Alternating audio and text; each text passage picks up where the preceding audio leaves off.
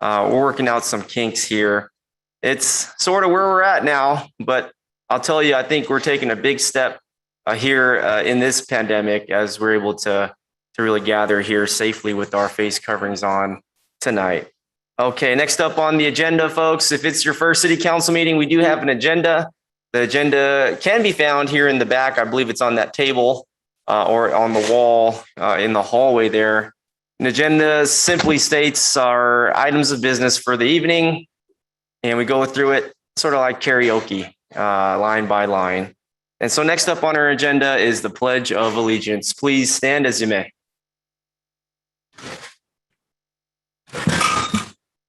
I will lead the pledge. Begin. I pledge allegiance to the flag of the United States of America and to the republic for which it stands, one nation, under God, indivisible, with liberty and justice for all. Thank you very much. And next up is our invocation. And tonight's invocation is presented by our Vice Mayor, Carmen Montano. Thank you, Mayor. I was waiting for Pastor Jennifer Chapman, but I do not see her. So I will give an invocation, but this is, instead of an invocation, it's poetry. I brought it just in case. So many of you know that I am a poet writer, and I want to share a poem that I wrote. It's called Planet Earth. So, and this deals with climate change, that, you know, we are facing a changing world, a changing planet with climate change. So here we go. Planet Earth. Planet Earth, my mother, the Garden of Eden, alive, not dead. Life abounds, a strong, delicate balance, a song, a dance. Born of my mother, from dust I came, from dust I shall return. Ungrateful children, we take and never give back. Mother aligned with our Creator, the Great Spirit, Omni. We walk where dinosaurs once roamed. We walk where angels once sang. Now mankind rules his kingdom. Man made laws to protect us from ourselves. Mankind entrusted, havoc and destruction manifested. The natural order has been disrupted. Hands that build in the name of progress. I. Distracted by self. A false God that governs this world and spits out the Great Spirit. Where is the love for my mother? A day is in the horizon. Written by Carmen Montano. Thank you. Thank you very much, Vice Mayor, for the invocation and your poetry. It's always good to take a few moments and say a few important words. Okay, all right. Here, next up, we have presentations. I'll ask our great City Council and Vice Mayor to join me here at the podium here. And Mayor, just quickly, I just wanted to note for the record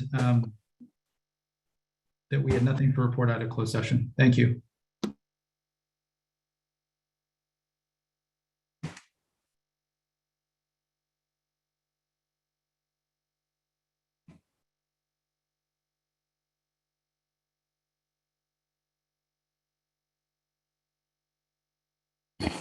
I want to thank everybody for being here with us tonight. Many of you are here for the presentations, and it's certainly a pleasure to be back here in City Hall throughout all the challenges we've been through. First, I want to present a key to the city. This person, I don't believe, is here at this moment, but I do want to present a key to the city for someone very special here in our city government who may be watching from home safely.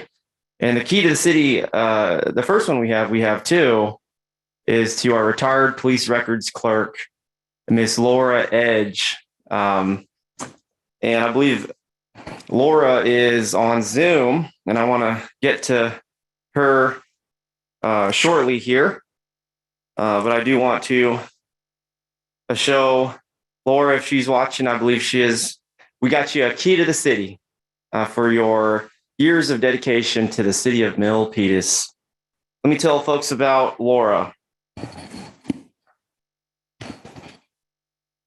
We, the city of Milpitas, recognize and congratulate you on your retirement after 31 years of exemplary service as our police records clerk. 2, throughout your career in Milpitas, you have been an incredible asset in training new clerks and staff members on record functions. You help maintain a high level of support for critical systems such as the records management system, CopLink, and CopLogic, all in our Milpitas Police Department. You were instrumental in the implementation of our current Tiburon CAD RMS system and the selection process for the new Mark 43 RMS.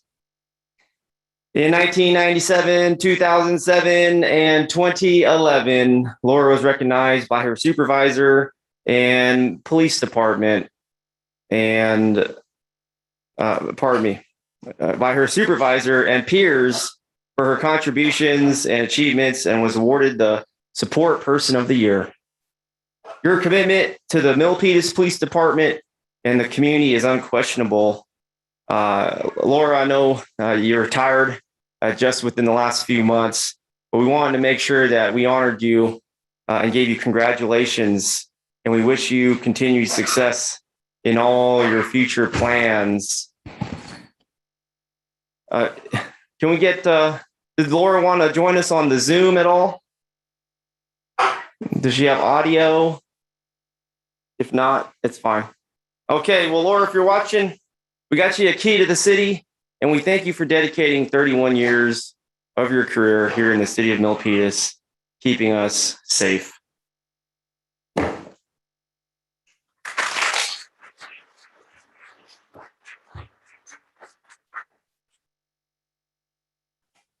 And the next key to the city is for another person that retired from here after many years in service, 23 to be exact. And this commendation is for our former Director of Information Technology, the IT department here in Milpitas, Mike Liu.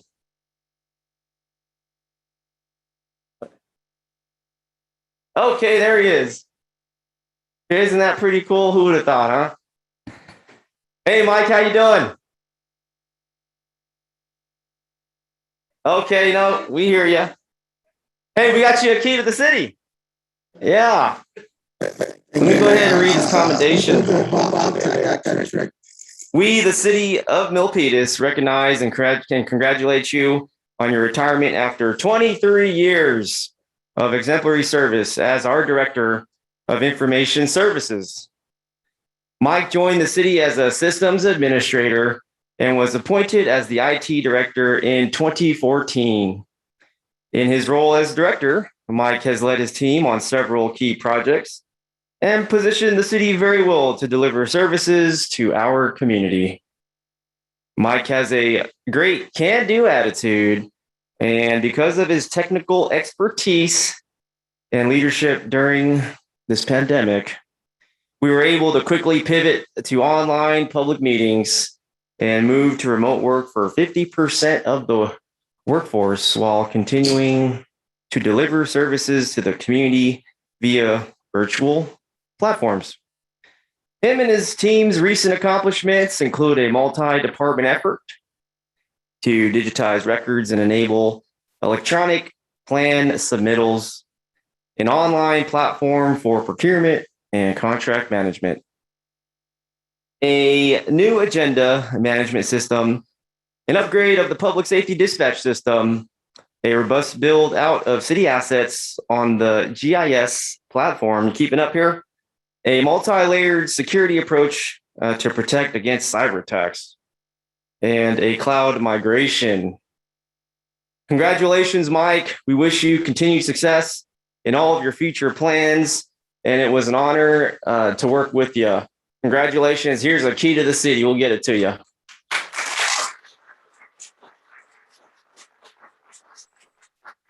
Thank you, Council.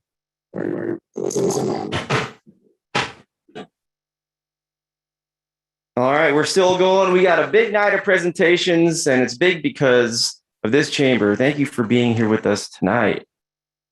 Next up, we have a proclamation for Women's Equality Day.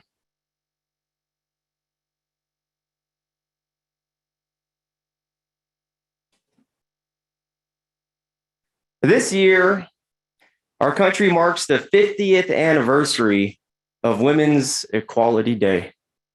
In 1971, 50 years ago, Congress passed a bill to designate August 26 as Women's Equality Day in recognition of the anniversary of the ratification of the 19th Amendment, which in 1920 gave women the right to vote. 50 years later, in 1970, the Women's Strike for Equality focused national attention on equal opportunity for employment, education, and the need for quality childcare. Though women's opportunities have improved tremendously since our grandmothers were young women, women are still underrepresented in corporate boardrooms and government, still working more lower paying jobs, and still disproportionately responsible for caring for our children and our elders.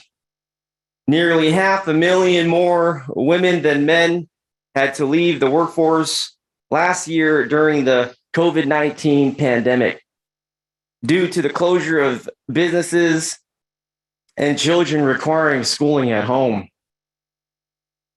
Women are still fighting for equality, and we proudly stand with women. On behalf of the City Council, we're going to go ahead and proclaim today as Women's Equality Day in Milpitas. I do want to say I'm very proud to serve on this City Council. We have the best people in office. When I started out here about 5 years ago, there's only one woman on the City Council. Today, a majority of the City Council are women and the best people for the job. I want to give some time to my colleagues if they'd like to speak. Vice Mayor.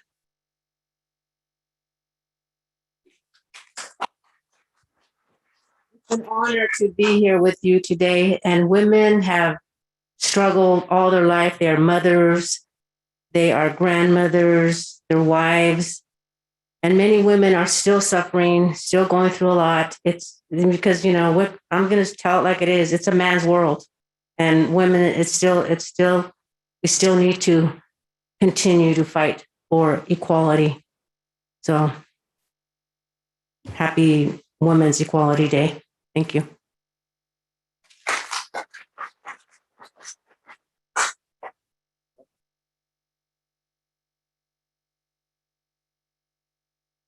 It feels so good to see the chamber full again. Thank you so much for being here. We really appreciate your attendance and partnership.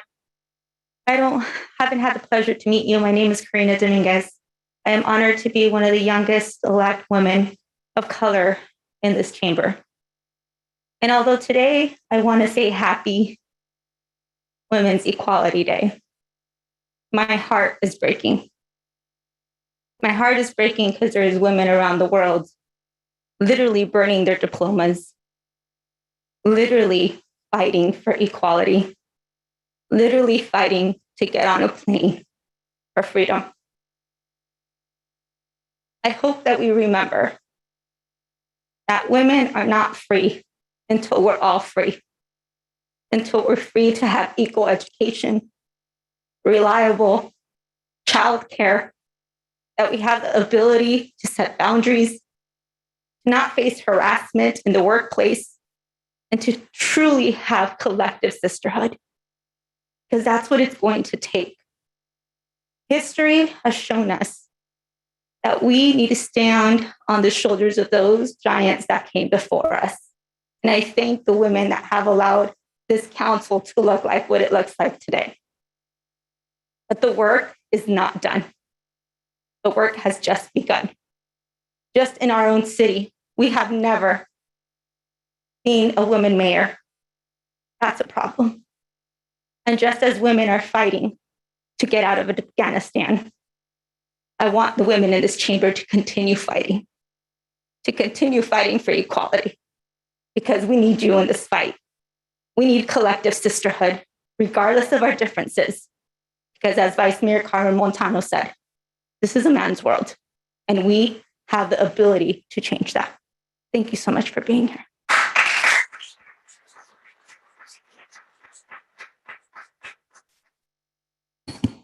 Good evening, everyone. For those who don't know me, the newest council member, Evelyn Chua. I'm so fortunate that we live in a city that they don't look at gender, they don't look at the race, they don't look at the culture, they don't look at religion. We are so blessed here in Milpitas. Look at us. I'm the first, actually, Vice Mayor Montano is the first woman of color to be elected here. And also, I'm the first Filipino American woman to be elected in the city council. So we're so blessed. We're happy. I'm happy that I live here in Milpitas. Milpitas is so welcoming, so compassionate. So I'm glad that I'm here, and I'm glad you guys are here. Thank you all.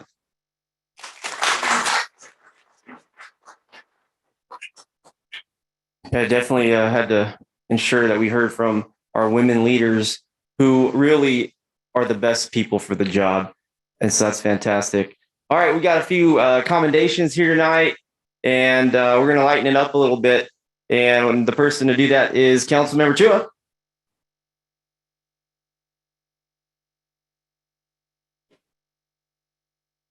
So I'm actually one of the responsibilities of being a council member is to be a liaison to several commissions, not only in our city commission but also regional.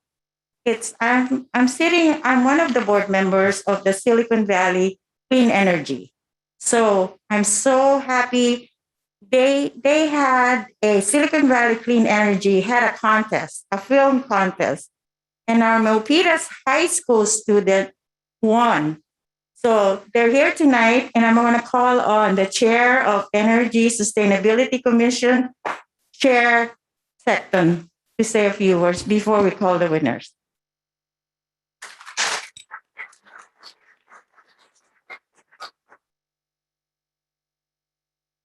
Thank you, everyone. I have to lower that. I'm short. Tonight, I am so pleased that the Silicon Valley Clean Energy Contest has been won by some of our own Milpitas High School students. Congratulations. The content of your film was awesome and very impactful. I watched it 3 times. It's just really great. You squeezed a lot into your video, so thank you very much. And on behalf of the Energy and Environmental Sustainability Commission, I want to tell you that you did a great job, and also invite you to participate with the commission either by attending our meetings, sending emails on what your thoughts are regarding the topics of energy and environmental sustainability. That would be very helpful. Thank you. Thank you, Chair Patty. I also watched the video 3 times, by the way. So we're going to call on, first one is Daphne Tran.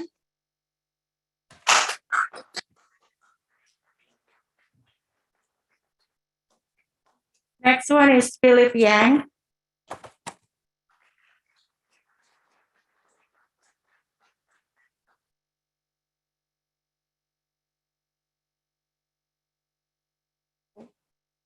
The other one, Michelle, go.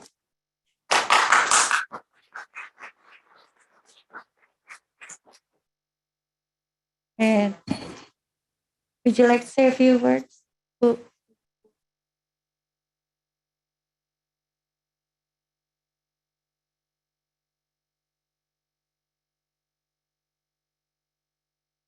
Hi, everyone. We wanted to thank you for inviting us here tonight. As for the film, it was a creative outlet for our qualms with the state of the world. This project was personal for all of us. As youth, we feel almost powerless. We had been wanting to express ourselves for a very long time. It was the Silicon Valley Clean Energy short film competition that really pushed us to finally produce a media project together. Like myself, I encourage others to really delve into further research, but also self-reflection upon the climate change, the topic of it, but also the presence that it plays in our lives. It was incredibly difficult, but ever the more meaningful.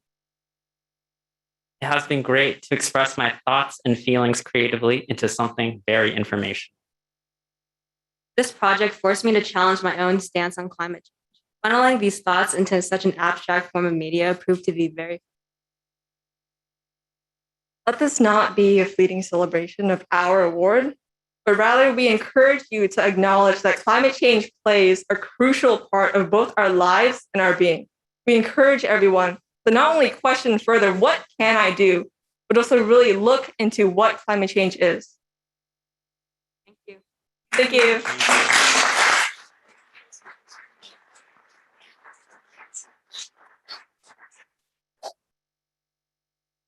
There you go. Right here in the center.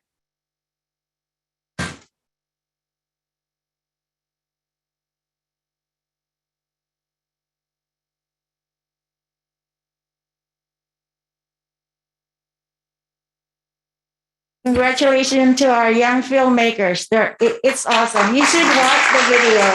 It's less than 5 minutes, and you can see the passion and the dedication they put into it. Thank you. And the next one, we have, the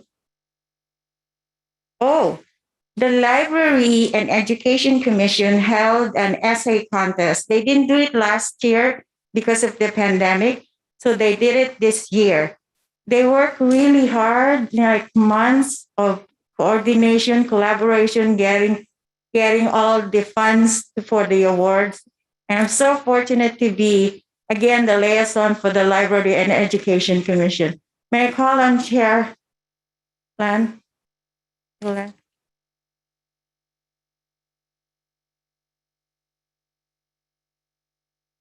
Good evening, Honorable Mayor, Vice Mayor, Council members.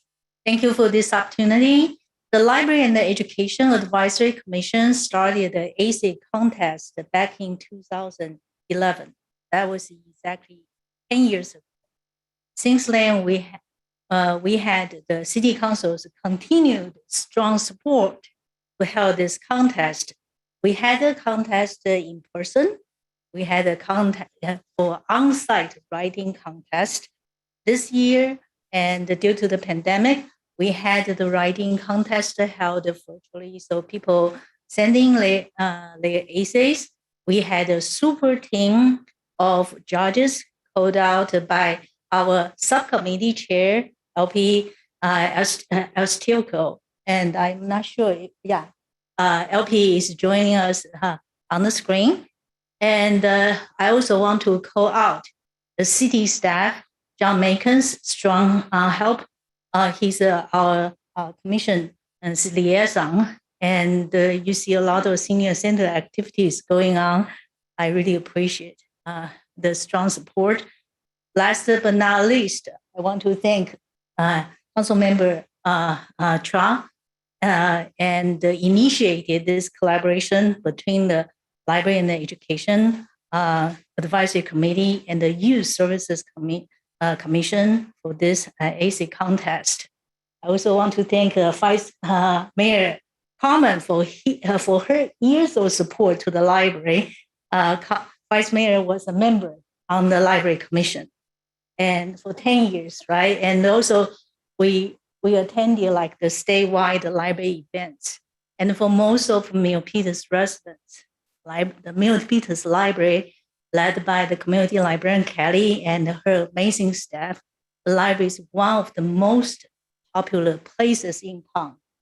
So we see a lot of Facebook postings by the mayor. We would love to see him again at the library to do the storytelling sessions last but not least, I also want to take this opportunity to ask our city council support whenever there are new development opportunities in town. Please do consider new library services points that will be enjoyed by generations. And right now we have one Milpitas library, but there are a lot of possibilities. I hope we can ask more. With this, I want to introduce my commission members. First on the screen, joining us, LP, who is our past chair and the subcommittee chair for the AC contest, Ellie, a commission member, and also Rika. Rika is the newest member to our commission. I also want to call out if our vice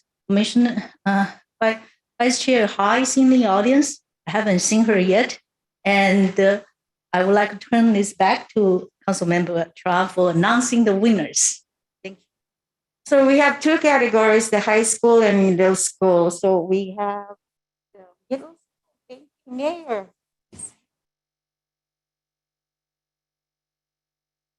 Dylan, when? Are you here tonight? Oh, before I do that, I need to call on John. We could not do this without John. John is our liaison, staff liaison. He worked so hard on this too. So, Risha Sumaya. There you go. Would you like to present by Mayor? Yeah. I think many students always appreciate their first award by this very formal. Oh, you're gonna wait a moment. Okay, parents, friends, okay. So next we want to announce is the middle school category, second place, Di Lei. And who is joining us in Zoom. So we will give this award to her virtually, okay? And the first place of the middle school is Prisha Samaya. Is she here? Yeah!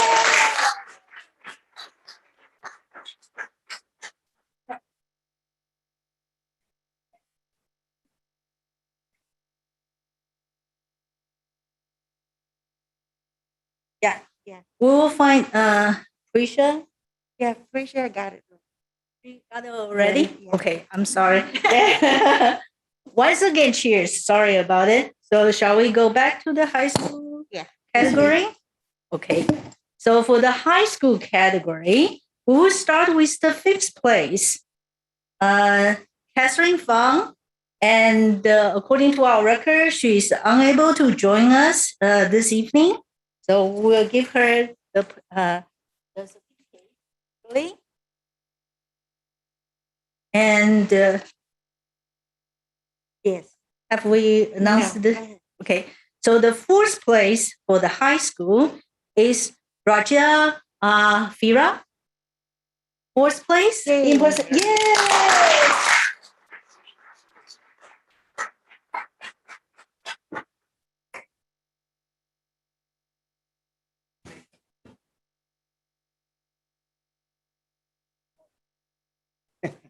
Yes.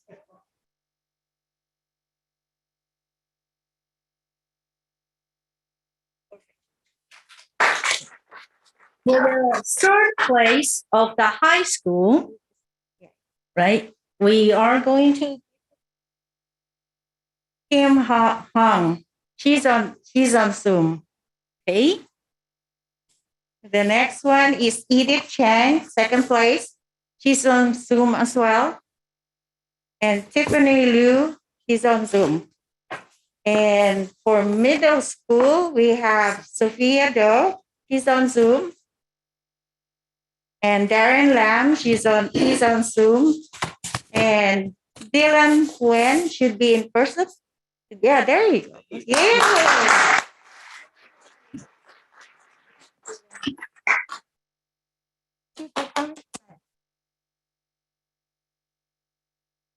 And I would like to call all winners. Please come forward. Take a last picture, please.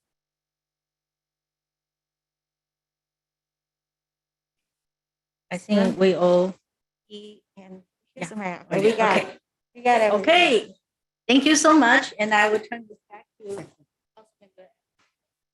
Thank you. Thank you so much. Thank you. Thank you for being here. You should read. I was once a judge of this essay contest many, many years ago. And it's so difficult to make the selection because they're so good. So I challenged the judges. I said, oh, you're going to have a hard time. And they told me they did have a hard time judging. So we look forward for the next essay contest next year. And thank you, Mayor. And the next one, this is so special. We have recognition of our senior nutrition volunteers. So first and foremost, I want to call on the chair of the Senior Advisory Commission and the rest of the commissioners here tonight. Come on up. Ooh, look at that.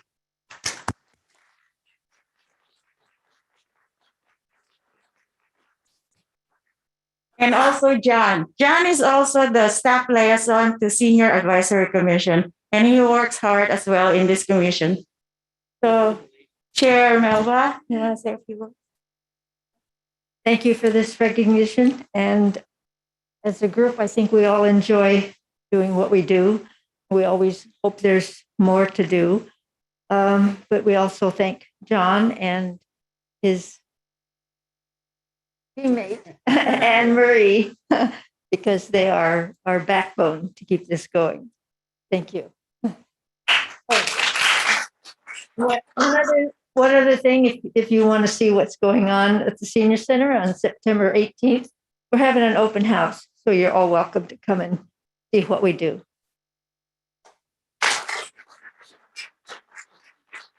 Thank you, Commissioner Nona, Commissioner Jenny, Commissioner Barbara, Commissioner Deborah, and of course, John. And now we have the certificate of appreciation. Let me call on Avinash Ravindra. And is Ravinash here tonight? Oh, okay, we'll give it this to him. And I think Aurora is here. Yes. And these are, I've seen him in action. I was there several times and he worked so hard. Thank you so much.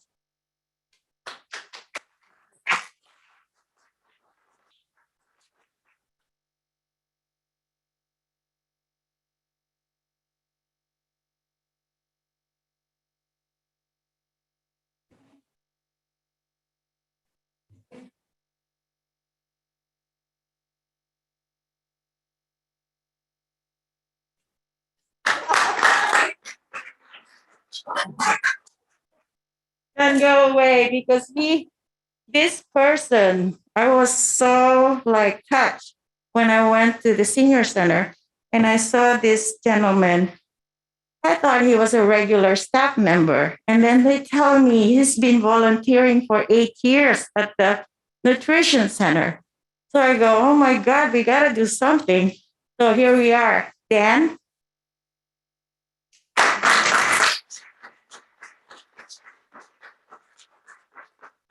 Thank you so much for the time, the effort, and everything.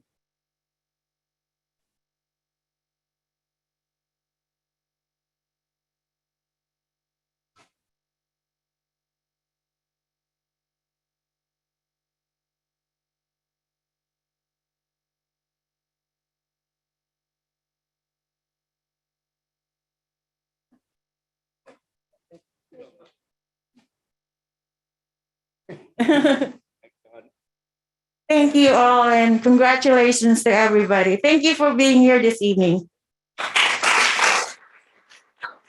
Thank you very much, everybody. We're back to the agenda. Please, you can help yourself to the exit if you're ready to do so. If not, we'll be here all night.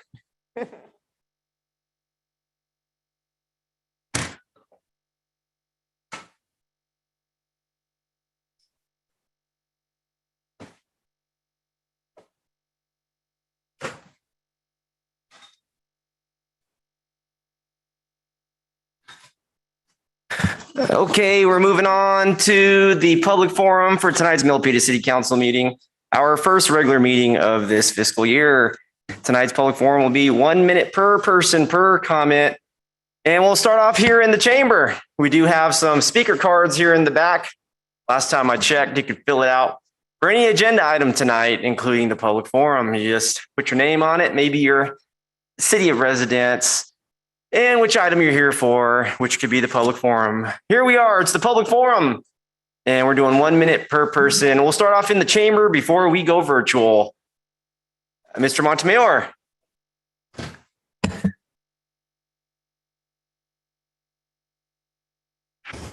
Thank you for the introduction a while ago, Mayor, and everybody.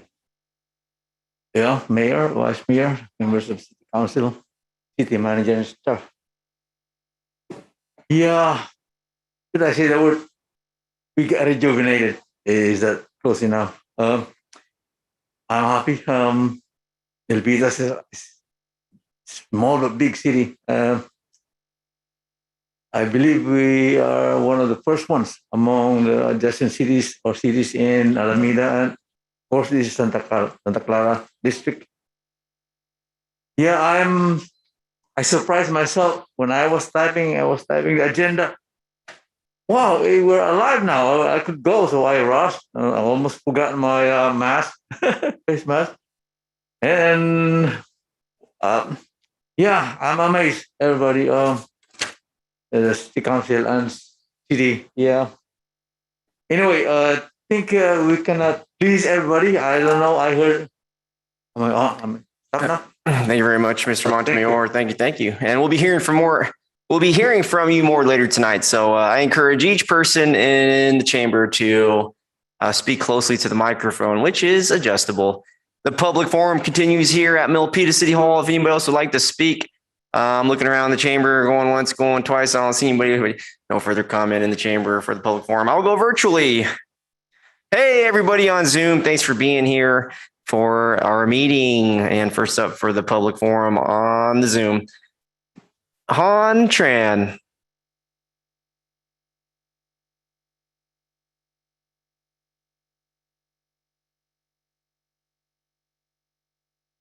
And we're just waiting on the microphone to unmute.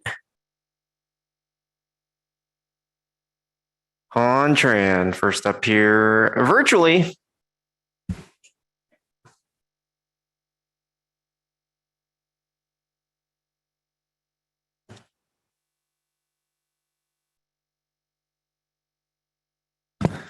And Councilmember Fan, yes. Yeah, I just wanted to note that we do have translation interpreter services here tonight. If you require, please request so in the back over there. Thưa quý vị, nếu quý vị cần phục vụ thông dịch đó, mời quý vị lui sau có rề yêu cầu thành phố sẽ giúp quý vị. Thank you very much, Councilmember Fan. You heard it from him. We do have translation services this evening, and we're here for you. Thank you very much, Councilmember Fan. Okay, we are on the Zoom, and let's go to the next person, Allison McDonald. Welcome. Hi, Mayor and City Council. It's great to be able to see you and talk to you tonight and see folks in the chamber. For those of you that haven't had an opportunity, as you know, thank you to the City Council. Okay, Allison, are you there? Oh, yes. You can't hear me? I do see your microphone is able. Unmuted. I don't know what's going on. So you can't hear me?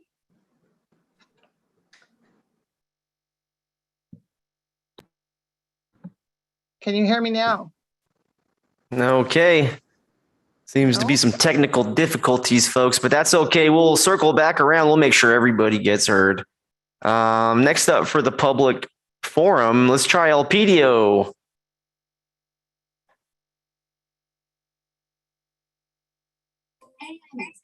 Good evening. There you go. Yes. Yes. Yeah, I did have a chance to talk during the awarding for the essay writing contest winners. I just would like to congratulate the winners. And for the information of the public, we have about 40 participants who submitted their essays and were judged by experts in the working media and the English profession. I would like also to thank the City If Council. you hear me, I'd like for you to separate your two devices you have. Elpidio, it's providing some feedback. If you Okay. just maybe go with what you're speaking into and step away from your computer, that will help tremendously. Okay, will that help? Yeah? Oh. Okay. Uh-uh. Yeah, we're losing you. Hey, we'll circle back around. We can always do public forum later in the agenda, actually. So we want to make sure everybody gets the opportunity to speak. And we had Elpidio for a second. Yeah, thank you Let's very give much, it one Rob. more try and circle back around to Han Tran. See if it works here. Information, IS department. Yeah, I shut down the other. Oh, it's still having.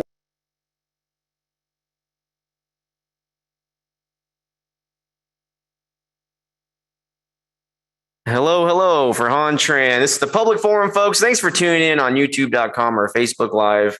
We have a hybrid meeting going on, and we are going to our comments virtually. And let's try. We have a queue here. Han Tran.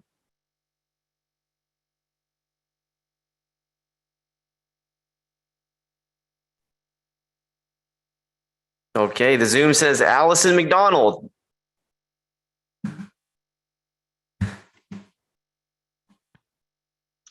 Hi, can you hear me now?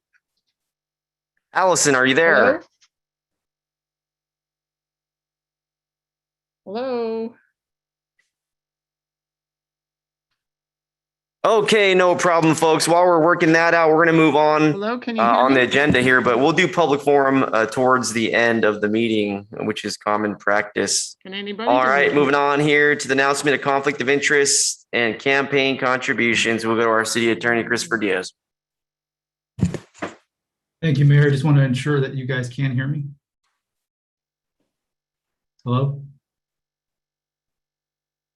Mayor, can you hear And me? we're working on the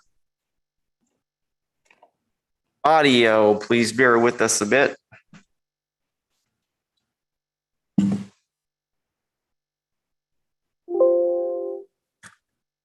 Okay, no problem, folks. I'm gonna go ahead and call a 5-minute recess while we get our technology up to date here, up to speed. This is a 5-minute recess.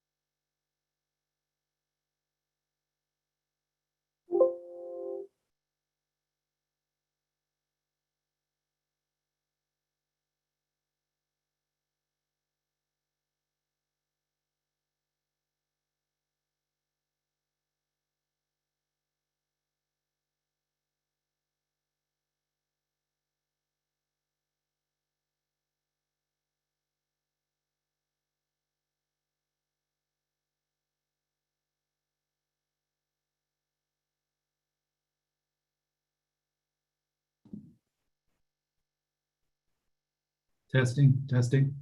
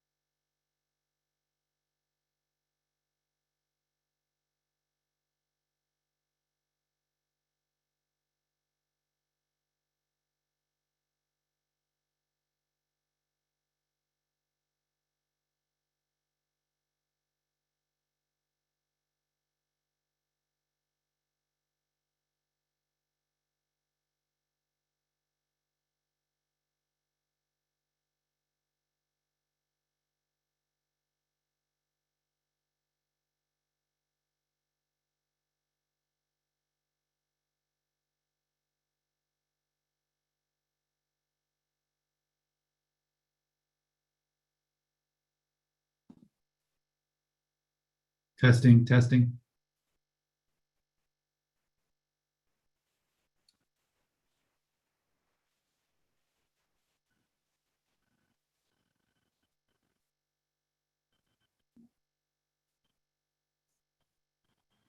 Testing, testing.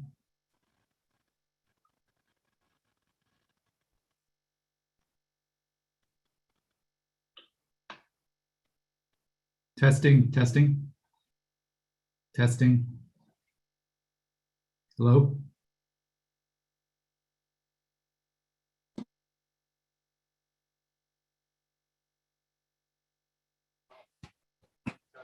Counselor, please give us a reading, please.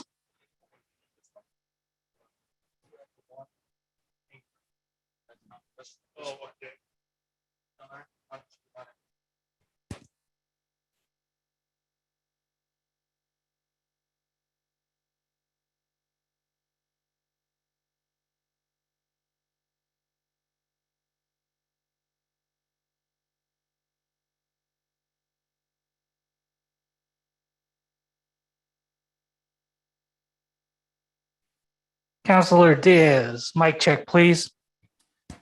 Testing, testing. 1, 2, 3.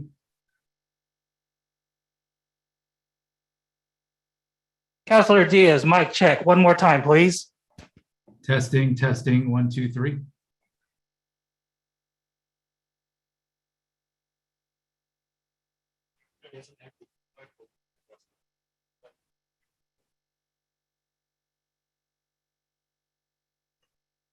Counselor Diaz, one more time for a mic test, please. Testing, testing. 1, 2, 3.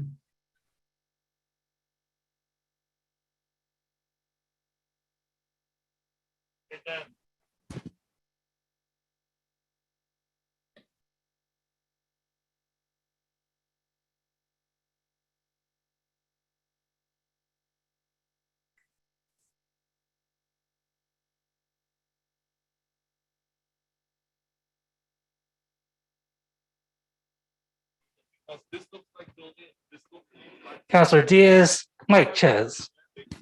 Testing, testing. 1, 2, 3.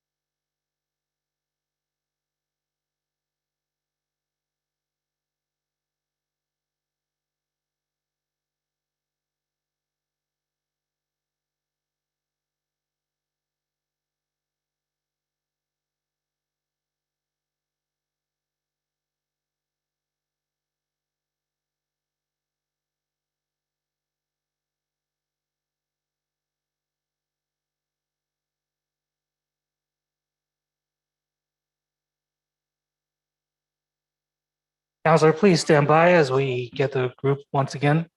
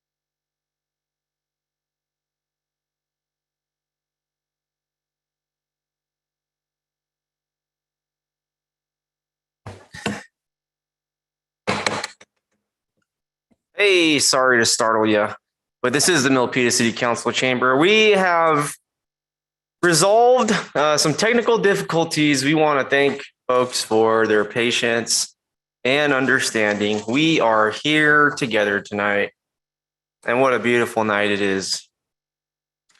Okay, I'm going to rewind just a little bit here to the public forum.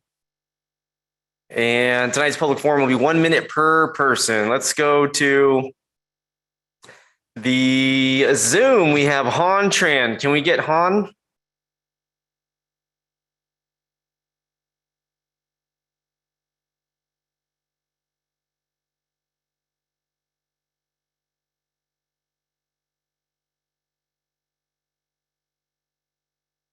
Okay, let's try Elpidio.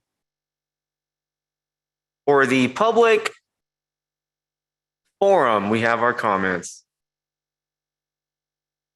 We're gonna need the function for folks that are tuning in. Okay. Elpidio with the microphone unmuted.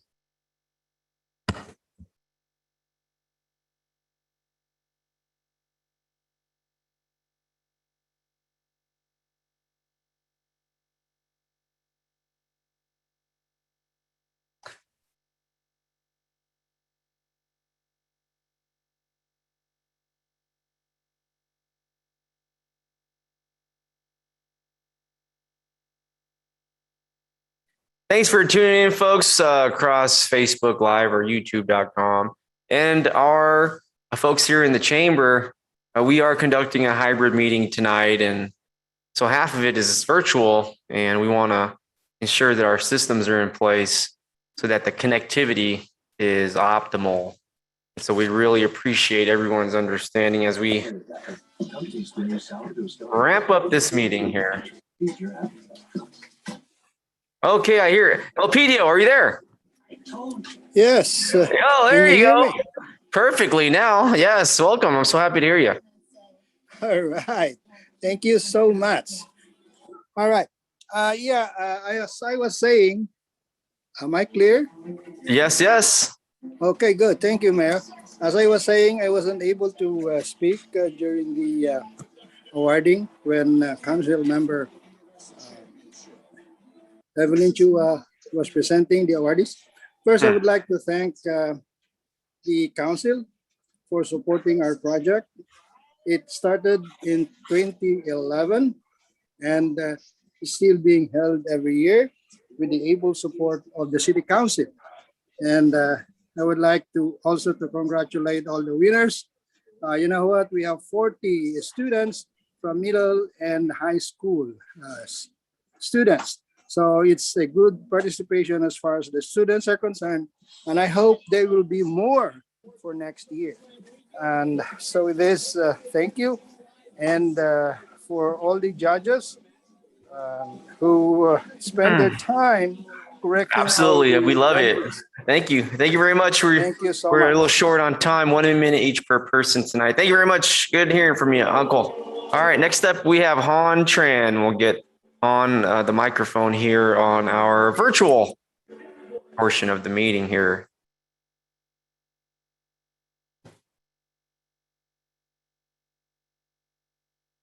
And folks, if you're here with us via the internet, please raise your virtual hand and I will certainly call upon you per usual. Next up with the virtual raised hand is Han Tran. And we'll look for the microphone on the internet to be unmuted. We're here in City Hall. We're wherever you're at in the cloud or on the interwebs or here in the Milpitas City Council chamber. It's the Milpitas City Council first regular meeting of this fiscal year on the evening of August the 17th, year 2021 in our city's history. And we'll look for Han Tran's microphone to be unmuted. Give it a moment, give it a moment, give it 2 moments, give it 3 moments. Maybe we'll try the next person. How's Allison McDonald?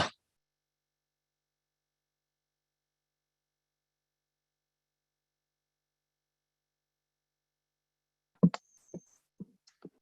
evening. Welcome. Can you hear me now? Yes, yes. Thank you, City Council and Mayor.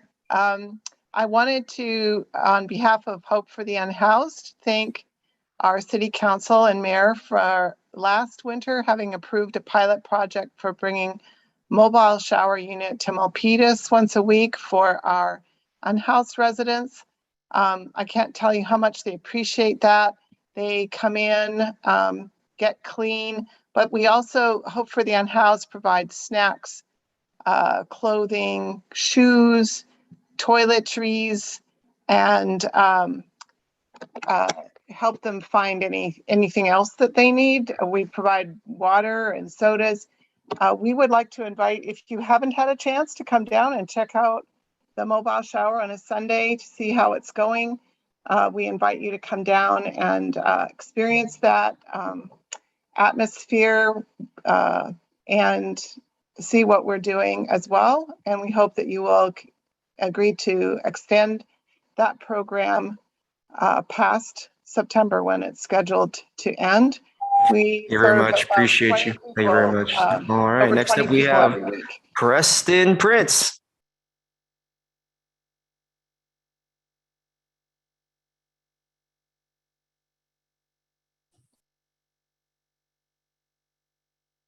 And welcome, Preston. We'll unmute your microphone. And I want to give a quick kudos to our IS department for their work tonight. And Good afternoon, yes. Mayor. I'm here for the next item. So I was just great. raising my hand to be a panelist for the next item. Gotcha. Okay, great. So I will, item number 14. Okay, you keep your hand up. Okay, that's the public forum, folks. And we'll move on to the next item here on the agenda, the announcement of conflict of interest and campaign contributions. We'll go to our city attorney, Christopher Diaz. Hello, Chris, are you there? I'm here, Mayor. How are you? Fantastic. I'm great. How are you? Good, good. So I'll go ahead and proceed with the conflict of interest questions. At this time, I'd ask the mayor and each council member whether he or she has any financial or personal conflict of interest related to any of the items on tonight's agenda. And we'll start with Councilmember Chua. None. Thank you. Councilmember Dominguez. None. Thank you. Councilmember Fan. None. Thank you. Vice Mayor Montano. None.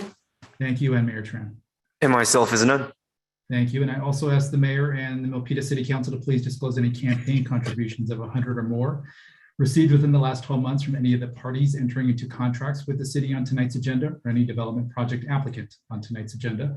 Councilmember Chua. None. Thank you. Councilmember Dominguez. None. Thank you. Councilmember Fan. None. Thank you. Vice Mayor Montano. None. And Mayor Tran. And myself is none. Thank you. Please carry us on, Chris. Let the record reflect none to both questions. I'll go ahead to proceed with the council code of conduct. Be respectful and courteous. Words, tone, and body language do matter. Model civility. Avoid surprises. Praise publicly and criticize privately. Focus on the issue, not the person. Refrain from using electronic devices while on the council dais. Disclose conflicts of interest and affiliations related to agenda items. Separate governing from campaigning. The council speaks with one voice after making policy on issues. Respect the line between policy and administration. And finally, the council will hold one another accountable to comply with this code of conduct. Thank you. Thank you very much, Chris. And we'll go on to announcements and future agenda items. Per usual, first up with announcements, we'll go to our city manager, Steve McHarris. Thank you. Good evening, Mayor Tran, members of the City Council. I do have one brief announcement. As you know, COVID-19 and the Delta variant has emerged across the state, prompting an increased need for testing sites. I'm pleased to announce that we are continuing to partner with the County of Santa Clara for more testing in Milpitas. Starting this week, there will be free weekly testing on Mondays and Thursdays at the Milpitas Community Center from 10 a.m. to 6 p.m. Appointments are required, and sign-up information can be found on the city's website, social media pages, as well as the county's testing and appointment resources page. We also anticipate announcing additional pop-up sites in the future through our social media channels and our community outreach. That concludes my announcements. Thank you very much, Steve. Appreciate you. All right, bringing it back over here to this side of the dais. I got a couple announcements here myself, but first up, I want to thank our city clerk and executive secretary for preparing many things here in the city, whether it be presentations or overseeing our city commissioner, our city commissions. I really want to take a moment to thank those on the third floor for their work. It is not does not go unseen. Okay, moving on here, the announcements from me.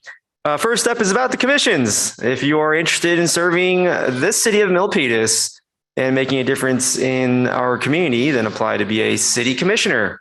We have several opportunities available. Currently, we're seeking applicants for the Arts Commission, the Economic Development and Trade Commission, the Energy and Environmental Sustainability Commission, the Parks, Recreation and Cultural Resources Commission, the Science, Technology and Innovation Commission, and last but not least, the Youth Commission. For more information, please visit the city's website and go to the commission page. Applications can be submitted electronically to the city clerk, Wendy Wood, using a fillable form provided on the web page. The application period will close on Friday, September the 3rd of this year. For further information, once again, please contact the city's clerk office at the City of Milpitas website. Search City of Milpitas, City Clerk's Office. The next announcement is for our guests from Sunny Hills. And all guests, please note that there will be interpreters available for item number 14. Interpretations will be available in Spanish, Chinese, and Vietnamese. Listening devices are available in this city council chamber for members of the public that are attending in person. And for those that are attending via Zoom, you will need to click on the interpretation button at the bottom of the screen and then select the language you would love to hear. Once again, right here, I'm pointing in the back of the chamber. You got the professional back there with the translation services. Okay, I'm going to wrap up my announcements for a future agenda item. I would like for the council to look into our press release policy. And if we have one, to incorporate it into our city council handbook to ensure our press releases are no longer a topic of discussion going forward. I think this could be a very valuable short piece of work for the press release aspects of the work we do here in the city. So once again, I think this would be great long-term for any other leaders that may be sitting here even 30 or 40 years from now. Okay, great. All right, next up here the announcements of future agenda items. Vice Mayor Montano. Thank you, Mayor. For future agenda items, I'm requesting, have several here. Adopt a park program for the city of Milpitas. Also a street sweeping signage on East Calaveras. I know right now we have a pilot program, but I'd like to the city to look into that, to putting that street sweeping signage on East Calaveras. Also, I'd like to form a Main Street revitalization subcommittee. And the other one is, I would like a mural. Well, actually, let me backtrack. Right now at the senior center, we have a bust of all the leaders that have contributed to the city of Milpitas. And Maria Lemery has contributed so much. She was instrumental in preserving our hillsides. And I feel that it is only right to put her face on her bust on the mural right there in front of the city, in front of the senior center. And then last but not least, I'd like the city to create a poet laureate. Now I know the county of Santa Clara has something, they have that in place. So I'll read a little. It's called Santa Clara County Poet Laureate. The Poet Laureate is an honorary 2-year position in service to the community. During their term, the Poet Laureate acts as an advocate for poetry, literature, and the arts. and they will contribute to the city and participate in public events. So I'd like staff to look into that as well. That's one of my future agenda items. And with that, I'll end my request. Thank you very much. Thank you for keeping it brief. Yeah, I think a couple of those, I think one of those extend over to Arts Commission and proper channels for that. So that's great. Okay. And, I think we'll add it to the list, and we can only do so much at one time. So I think there's an agenda item tonight we'll get to as well. Okay. Next up, we have Councilmember Fan. Hit this button. Welcome. Sure, thank you. Two requests from me tonight. The first one, as you know, I sit on the housing subcommittee alongside my colleague, Councilmember Chua, and I understand that the study on our potential middle income housing program has been completed. I'd like for us to have a subcommittee, a housing subcommittee meeting to review the study, for that study to be distributed amongst the council, and for us to potentially take next steps after reviewing that. So that's my first request. And the second request is if we can revisit our mask ordinance. I think every now and then, of course, there are folks who will unknowingly or will actually forget. But however, there are some people who are willfully defying the ordinance, and it puts everybody's safety and public health at risk. I was at Great Mall the other day, and I straight up just saw a bunch of people walking around without a mask, and that's not okay. I get it if your mask might slip off a little bit. I understand, but when you just show up without a mask, you see everybody else with a mask. Folks need to take it seriously. Businesses need to take it seriously.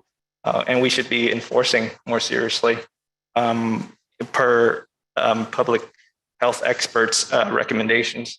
So those two. Thank you very much, Councilmember Fan. Awesome. Okay, next up. Love it. Love both of them. Yes. Okay. We'll keep the good times going here. Councilmember Chua.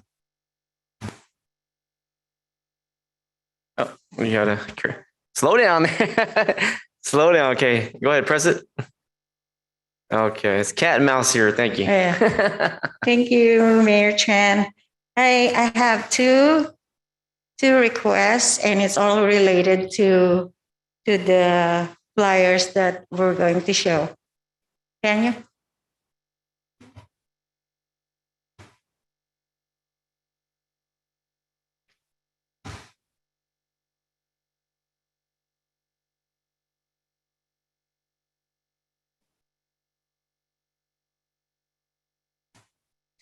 We're always in for a treat with Councilmember Chua. We are waiting for IT to No video this time.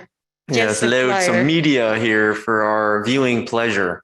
You want to go first? If Mayor, if Daniel's not ready, the next council member, go ahead. Oh, okay. I see. Wait a minute. Hold on. I see some action here. Thanks for tuning in at home, folks. Here's some graphics and media. Councilmember Chua. Oh, there you go. So this is from our one of our commissions, which I'm liaison to, the Energy and Environmental Sustainability Commission. So we have several. We focus on. It's really under Public Works, this one. So we have the Neighborhood Cleanup Day, we sometimes call Dumpster Day. So we also have right now we have a new program, the Cell Call Voucher, where you can request a voucher, and the voucher will allow you to take your big ticket items to Mission Trail, the station in Santa Clara County, Santa Clara City. And also we have the curbside pickup where you can request big bags so you can throw away your semi-big trash. That being said, so I was looking, my request is similar to the ADU corner. This will be like an incentive corner. It will be a subpage on our website where you can go on that subpage and you can link to the different freebies, grants, incentives, not just from the city, but also from the regions, from like Water District and Clean Energy, the Silicon Valley Clean Energy. They have several programs. So I want that what's called incentive corner, just like an ADU corner. So it's kind of like a one-stop subpage that you can look all the different grants that the city has and also the region and other agencies. That's my first request. My second request, Daniel, the Rotary Club of Silicon Andhra reached out to me and they want to partner with our city to promote their stem cell donor outreach. So they're trying to increase the number of donors in terms of stem cell. And if we can show that flyer, it's very difficult to, if for Asian Americans, for Latinos, for Black communities, it's very difficult to get donors. So what they're trying to do, you want to show the second one?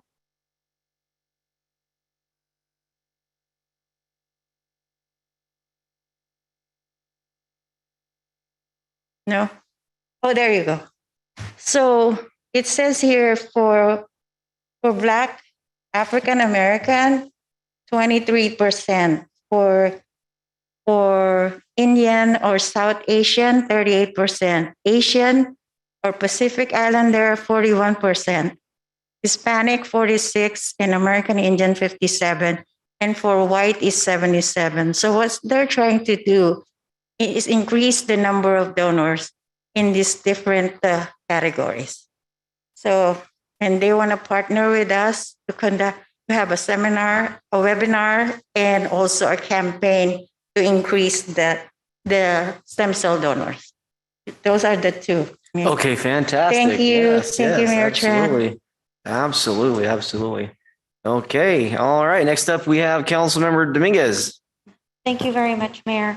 My first announcement, I just wanted to reiterate a message that many local leaders are doing in regards to some of the world events that have transpired in the last couple of days.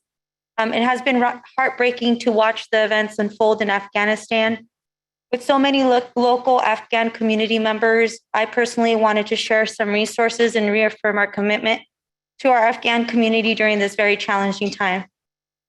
I believe that we all stand ready to support our local refugees, resettlement agencies, and other community-based organizations as they welcome those in harm's way in the coming weeks, particularly those who served alongside the United States. If you are in contact with any American citizen or vulnerable Afghan nationally currently in Afghanistan and they are in need of evacuation, please contact one of the congressional offices, Congressmember Ro Khanna, Congresswoman Anna Eshoo, Congressmember Zoe Lofgren, or myself, Councilmember Karina Dominguez, and I could go ahead and connect you to those offices. Also, if you're interested in supporting refugee families who are arriving in our region, there are opportunities to volunteer and donate with the following local agencies: the International Rescue Committee of San Jose, the Jewish Family Services of Silicon Valley, HARS Equal Center, the Council on American Islamic Relations, San Francisco Bay Area chapter, and Catholic Charities, which is in Santa Clara County. I definitely wanted to thank all of the organizations who are working tirelessly in order to provide this humanitarian effort. And so I definitely wanted to share that. Also, if you are triggered by any of the events, please take care of your mental health. It is really, really important for us that as we see these images in the news, that we reach out. If you need any assistance, we are all here to support you. So I am asking the city of Milpitas if we could please highlight some of those mental health resources, particularly the text by phone number where you could get 24/7 assistance, and please put them where they could be seen on the webpage. I think that this region is, and this includes the city of Milpitas, not only the events that have transpired across the globe, but we need to still remember that we had the VTA shooting that unfortunately is still causing a lot of pain. And so please, if you are being triggered, this also goes out to our Vietnamese community. I understand the heartfelt sentiments that are being felt out there. Please know that you're not alone. And so please reach out if you need any assistance. That concludes my first announcement. My second announcement is asking for this council to please look into, we've been getting a lot of concerns from the community in regards to traffic. And unfortunately, some of the speeding and other events that have transpired in the last couple of weeks, which includes, I know there's been, unfortunately, individuals that have been speeding, having a DUI, crashing into trees, speeding through the pedestrian walkways. And so those are really concerning issues. And so I would like to ask the city of Milpitas to please create a Street Smart, which is a program, which is a traffic safety education program to change driver, pedestrian, and bicyclist behavior and enhance safety, in particular in school zones and in our neighborhoods. These behaviors are often the root cause of many traffic accidents, and that is why education has become one of the latest tools that communities are using in conjunction with engineering and enforcement to calm traffic. And so I really would love to ask this council to please support the exploration of a Street Smarts program, which could bring education not only to the driver, the pedestrian, and the bicyclist, in order for us to really educate behaviors, implement new strategies that are going to keep our schools, neighborhoods, and our senior centers safe. And so I kindly ask for your support in exploring such program. Cities like the city of San Jose, Newark, Morgan Hill, Santa Clara all have these programs, and they are all funded by federal dollars, which are also available for the city of Milpitas to apply. I thank you for your kind consideration. Thank you very much. Thank you very much. That's a great idea. Maybe we'll send it over to the Transportation Subcommittee. Okay, great. All right. Thank you very much, City Council. What a healthy evening of future agenda items here at our first regular City Council meeting. What a way to kick off the fiscal year. I'm so proud of the production and intention of this council. It looks early of greatness. Moving on here to the approval of agenda. It looks fine to me. I'll move to approve the agenda. Looking for a second. We have a second from Councilmember Chua. Was that you or? My light is on. Oh, okay. We have a second from Councilmember Dominguez. All in favor. Councilmember Chua. Aye. Councilmember Dominguez. Councilmember Fan. Aye. Vice Mayor Montano. Aye. And myself as an aye. The agenda is approved. Moving on here to the consent calendar. Consent calendar. I would like to add item number 16 to the consent calendar. I would like to add number 19 to the consent calendar. 16 and 19 are my two requests to be added to the consent calendar. Looking for any further requests from our city council. We have the vice mayor. I'm sorry, Mayor, but I wanted to discuss 16. All right, 16 remains. Okay. Any further requests? Any further consent calendar? Okay, that's it. Just item number 19 going to the consent calendar. I'll move to approve the consent calendar. Looking for a second. We have a second from Councilmember Chua. All in favor, Councilmember Chua. Aye. Councilmember Dominguez, Aye. Councilmember Fan, Aye. Vice Mayor Montano, Aye. and myself as an aye. Consent calendar has been approved. All right, folks on the city council, I need you to be steady with those buttons. If you're gonna press the light to turn on, don't turn it back off a second later. I know who you are on the council, please. All right, item number 14. Item number 14. Let's receive a report on pathways and options for Sunny Hills Apartment affordable unit residents and owners, HUDs, HUDs, and Santa Clara County Housing Authority's responsibilities. And we have here on the agenda, I do see two people. I do see our Assistant City Manager, Ashwini Kantak, and I see our Director of Building Safety and Housing, Sharon Goey. I will go through the chain of command. Ashwini. Thank you, Mayor. Good evening, Mayor, Vice Mayor, and Council. Ashwini Kantak, Assistant City Manager. So I'm just going to introduce this item briefly and then hand it over to our Building Safety and Housing Director. So very pleased to be here today. Sharon Goey, our Building Safety and Housing Director, as well as Robert Muslim, our Housing and Neighborhood Services Administrator, will walk you through the presentation. We are also joined by representatives from our local housing authority, and Sharon will be introducing them shortly. And so the reason this item is before you today is really to review some potential scenarios for the 149 affordable units at Sunny Hill Apartments and discuss options and resources available to the residents in the event of conversion to market rate housing. Our focus today is to really help the council, community, and especially the residents of Sunny Hills who are watching to understand these various scenarios, and even more importantly, understand that there are options for them to continue to have access to affordable housing, regardless of any future scenario. And to that end, as there have been announcements made, we have interpretation services available in 3 languages, available on-site and virtually.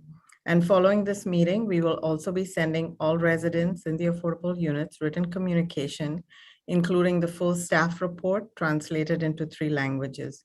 This is the first time the city will be doing this, and the objective is really to make sure we keep all those who could be potentially impacted informed. We have also been in several conversations with the owner, and although the city cannot provide direct funding, we will continue to keep an eye out for other funding opportunities that the owner may be able to access. Our common goal is really to maintain long-term affordability in Sunny Hills Apartments, and staff will continue to be a resource for the owner as well as the residents as needed. And with that, I will hand it off to Sharon Goey, our Building Safety and Housing Director. Thank you. Thank you, Ashwini. Good evening, Mayor, Vice Mayor, Council members, members of the community, and Sunny Hills residents. I'm Sharon Goey, Director of Building Safety and Housing. As our Assistant City Manager, Kantak, indicated, we want to fully inform the community. So tonight, we have interpretation services in person in Vietnamese, Chinese, and Spanish. For the attendees that need interpretation, as the Mayor mentioned earlier, please obtain a headset at the back of the council chamber. You should be hearing simultaneous interpretation. The interpretation is also available on the Zoom online. So for remote attendees, you should be able to see the different languages, and you can select from the different languages for audio. Next slide, please. Here's an outline of the presentation tonight. First, we will review some background information, what has occurred recently, and some recent and relevant legislation. Then we will review HUD rental assistance program, the types of vouchers that apply when a HUD subsidy contract is not renewed. Then we'll review the various scenarios and the pathways and options for the residents under each scenario.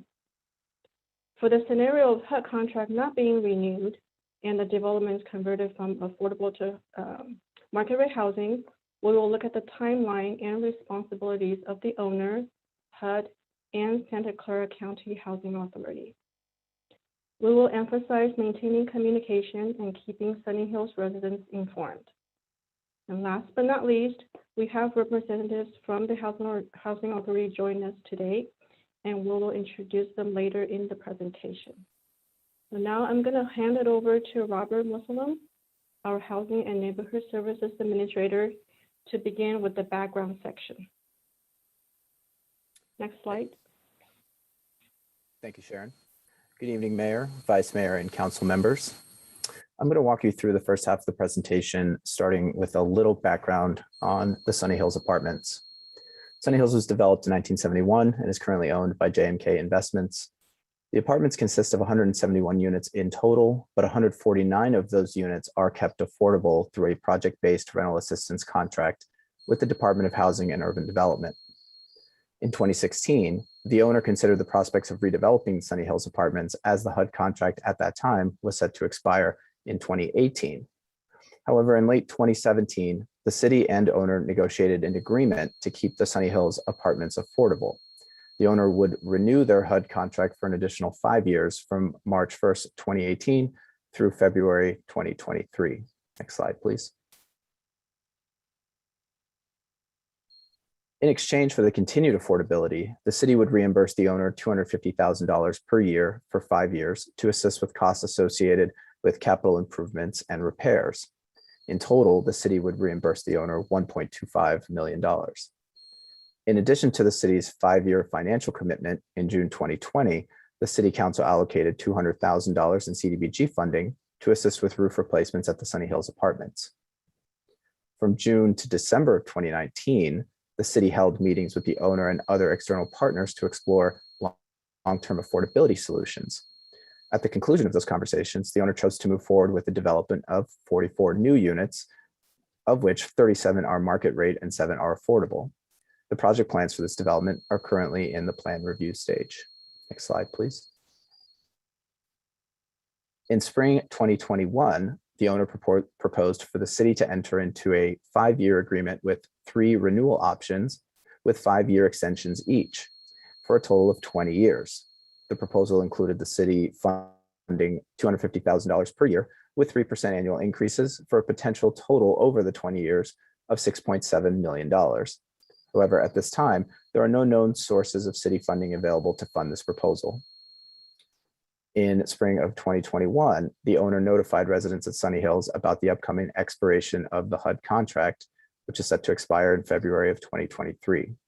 And from June through August of this year, city staff has separately met with the owner and the Santa Clara County Housing Authority to understand options for the project and impacts and resources for the residents of Sunny Hills. The Santa Clara County Housing Authority has committed to assist Sunny Hills residents in the case of a conversion to market rate units. Next slide, please. And now just a quick slide on some related legislation. California Assembly Bill 1521 was passed in 2017. It requires owners of federally assisted projects to provide notice of scheduled expiration of subsidy contracts. Notices are required at 12 months and 6 months prior to the scheduled expiration, and the owner is required to give the notice to affected tenants and affected public agencies. AB 1521 also requires owners to offer for sale first to qualified preservation entities and to accept a market rate purchase offer from a qualified preservation entity in order to maintain the development's affordability. And just for reference, HUD requires providing a notice to the tenants and HUD's contract administrator at 12 months and 4 months prior to the scheduled expiration date. Next slide, please. So now I'll guide the council through a brief overview of HUD's rental assistance programs. Next slide, please. I will be discussing 2 types of rental assistance.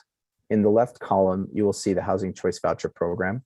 This is commonly referred to as Section 8. And on the right is project-based rental assistance vouchers, which is currently what is in place at Sunny Hills. For Housing Choice Voucher, the subsidy type is tenant-based. It is tied to the voucher holder and their family. The local housing authority issues a voucher to a family directly. That family can use the voucher to rent a unit locally or port to anywhere in the country where there is a Housing Choice Voucher program. The local housing authority provides the owner rental assistance up to a local payment standard, which is determined by the housing authority. And then the authority determines if the rent charged by the owner is reasonable. For project-based rental assistance vouchers, the subsidy type is project-based. It is tied to the unit that someone is occupying. HUD provides rental assistance to the owner for the unit through a contract directly with HUD. The contract will be for multiple units in a certain development or complex, and the contract rent to the owner must be comparable to other unsubsidized developments in the area. Next slide, please. So this slide is going to walk us through some housing conversion actions and tenant protection vouchers. When an owner decides to end participation in a HUD rental assistance program or simply not renew the HUD contract that would end HUD assistance for residents, this is referred to as an opt-out. When an opt-out occurs and a conversion from affordable to market rate housing occurs, federal law provides tenants protections that include rental assistance with the right to remain at the property. During these housing conversion situations, tenant protection vouchers are provided to protect impacted families. So, for every family occupying the 149 subsidy-assisted units at Sunny Hills, HUD will authorize the issuance of a tenant protection voucher or an enhanced tenant protection voucher. And I will describe each of those over the next 2 slides. Next slide, please. Tenant protection vouchers are for families choosing to move to a new unit outside of Sunny Hills. These families will not be required to apply for the voucher as they will be admitted as a special admission. And these tenant protection vouchers allow tenants to enjoy the same flexibilities as the standard housing choice voucher. Again, that means it's portable, so it offers the tenant the ability to move to any jurisdiction that accepts vouchers and receive assistance. As an example, if the tenant stays in Santa Clara County, the Santa Clara County Housing Authority can assist tenants up to the local area payment standard. However, should they relocate outside of this area, the local area housing authority would then determine the level of assistance provided to the tenant. Next slide, please. Enhanced tenant protection vouchers are for families who choose to stay in their units at Sunny Hills, but the tenants must remain at Sunny Hills. If the tenant moves out prior to the owner opt-out, the tenant would lose their right to a tenant protection voucher. So for those tenants who stay at Sunny Hills, the enhanced tenant protection can provide additional assistance to aid in keeping them in their current homes. For instance, should the new market rent after the conversion exceed the local payment standard, the enhanced tenant protection voucher would use an enhanced payment standard to determine the amount of rental assistance provided. This enhancement increases the likelihood of a tenant being able to stay housed in their current home after a conversion event. It will also allow the tenant to continue to pay the same amount of rent they were paying before, assuming their income does not change. And this presumes that the new market rent being charged by the owner is deemed to be reasonable, which I will discuss in the next slide. Next slide, please. The housing authority must determine that the rent charged by the owner is reasonable. This is done to ensure the rent being charged by the owner is not more than rent being charged for comparable unsubsidized units in the marketplace. In other words, it's to assure that the tenant is paying fair market rent. The housing authority uses third-party software to determine rent reasonableness. The software will pull 3 comparable or similar units based on age, size, amenities, and location to determine the market rent. If the authority determines the owner's proposed rent is not reasonable, the owner must lower the rent or the tenant would have to move with a standard tenant protection voucher. However, the owner may not require the tenant to vacate the unit unless serious lease violations have occurred, such as non-payment of rent or failure to maintain the unit. And finally, for the benefit of the public, we have provided an enhanced voucher fact sheet published by HUD in English, Vietnamese, Chinese, and Spanish, which is included as attachment 1 in the agenda packet. And with that, I will turn it over to Sharon to continue the presentation. Thank you very much. Next slide, please.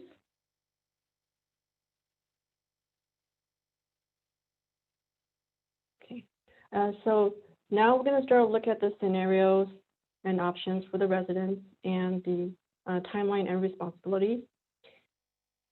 So since no known sources are available for the city to fund the owner's proposal, as we mentioned earlier, it's $250,000 per year with 3% annual increase for a total of 20 years. The owner could choose to pursue one of 3 possible scenarios, as you can see on the screen. Scenario 1 is where affordable units are retained without city funding. Scenario 2 is where the owner is not renewing the HUD contract and the affordable units are converted into market rate units. Scenario 3 is where units are demolished and the property is redeveloped by the owner or another entity. And then we'll look at the pathways and options for affordable unit residents under each scenario. Next slide. So this is scenario 1. The owner could maintain affordability at the site by either renewing the HUD contract or by selling the property to another entity that will maintain and preserve affordability. The owner has until March 2022 to notify HUD if they intend to renew or not to renew the HUD contract and to convert Sunny Hills to market rate housing. The owner may sell the property to a qualified preservation entity that will maintain affordability, and this is in accordance with AB 1521. The owner may also choose to renew the HUD contract to retain the affordable units and the consistent rent that these vouchers continue to provide. So in this scenario, no additional actions will needed to be taken by the city, and there will be no impact to the residents at Sunny Hills. Next slide. In scenario 2, this is where if the owner should decide not to renew the HUD contract and convert the development to market rate units. And under this scenario, the owner must follow the process outlined by both AB 1521 and HUD. When a conversion from affordable to market rate housing occurs, the law provides tenant protections that include rental assistance and the right to remain on the property. Once it's determined that Sunny Hills will not be sold as part of AB 1521, HUD will coordinate with the Santa Clara County Housing Authority.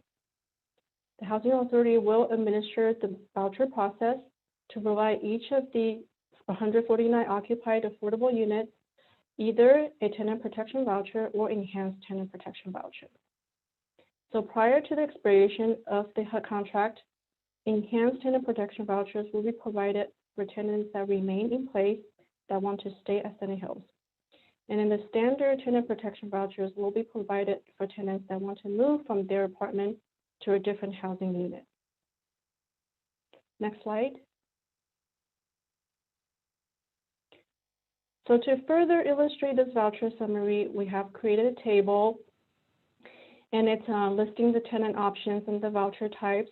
So for tenants choosing to move to a housing unit outside of Sunny Hills, as we mentioned, the Housing Authority will issue tenant protection vouchers where the rental assistance amount is up to the Housing Choice Voucher payment standard. For tenants choosing to stay at Sunny Hills, Housing Authority will issue enhanced tenant protection vouchers where the rental assistance amount is higher, as we described earlier. Next slide, please. So now, under this scenario, there are specific responsibilities of different entities. And this timeline here you see on the screen applies to the Sunny Hills project. As we stated earlier, AB 1521 requires the owner of an assisted housing development to provide notice to the affected tenants and the affected public agencies of the scheduled expiration of subsidy contract at 12 months and 6 months prior to the expiration. AB 1521 also mandates a 12-month notice by the owner to qualified preservation entities of the opportunity to submit non-binding offer to purchase the property. At 120 days before the contract expiration, HUD will confirm with the owner whether the owner still intends to opt out of the contract renewal. If owner confirms their intent to opt out, HUD will contact the Public Housing Authority that operates in the area. In this case, that's the Santa Clara County Housing Authority. HUD will ask them if they want to administer the tenant protection vouchers for the project. And the Housing Authority has committed to the City of Milpitas to administer the vouchers for Sunny Hills. And we have included this commitment letter as attachment 3 in our agenda packet. The Housing Authority will hold information sessions to explain the voucher issuance process to the tenants. They will also perform income examinations and issue vouchers to families no later than 60 days before the day the contract will expire. So this timeline outlines the owners, HUD's, and the Santa Clara County Housing Authority's responsibilities. HUD will work with the Housing Authority to ensure that every tenant, prior to the expiration of the HUD contract, will receive a voucher.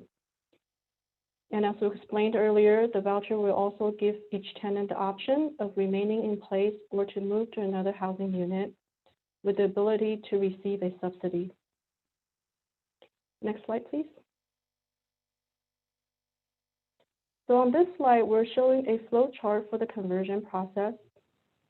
And it's also showing the tenant's choices and the corresponding vouchers as we described earlier. We have also included this flow chart as attachment 2 in our agenda packet. Next slide, please. Scenario 3 is where the units are demolished and the property is redeveloped by owner or another entity.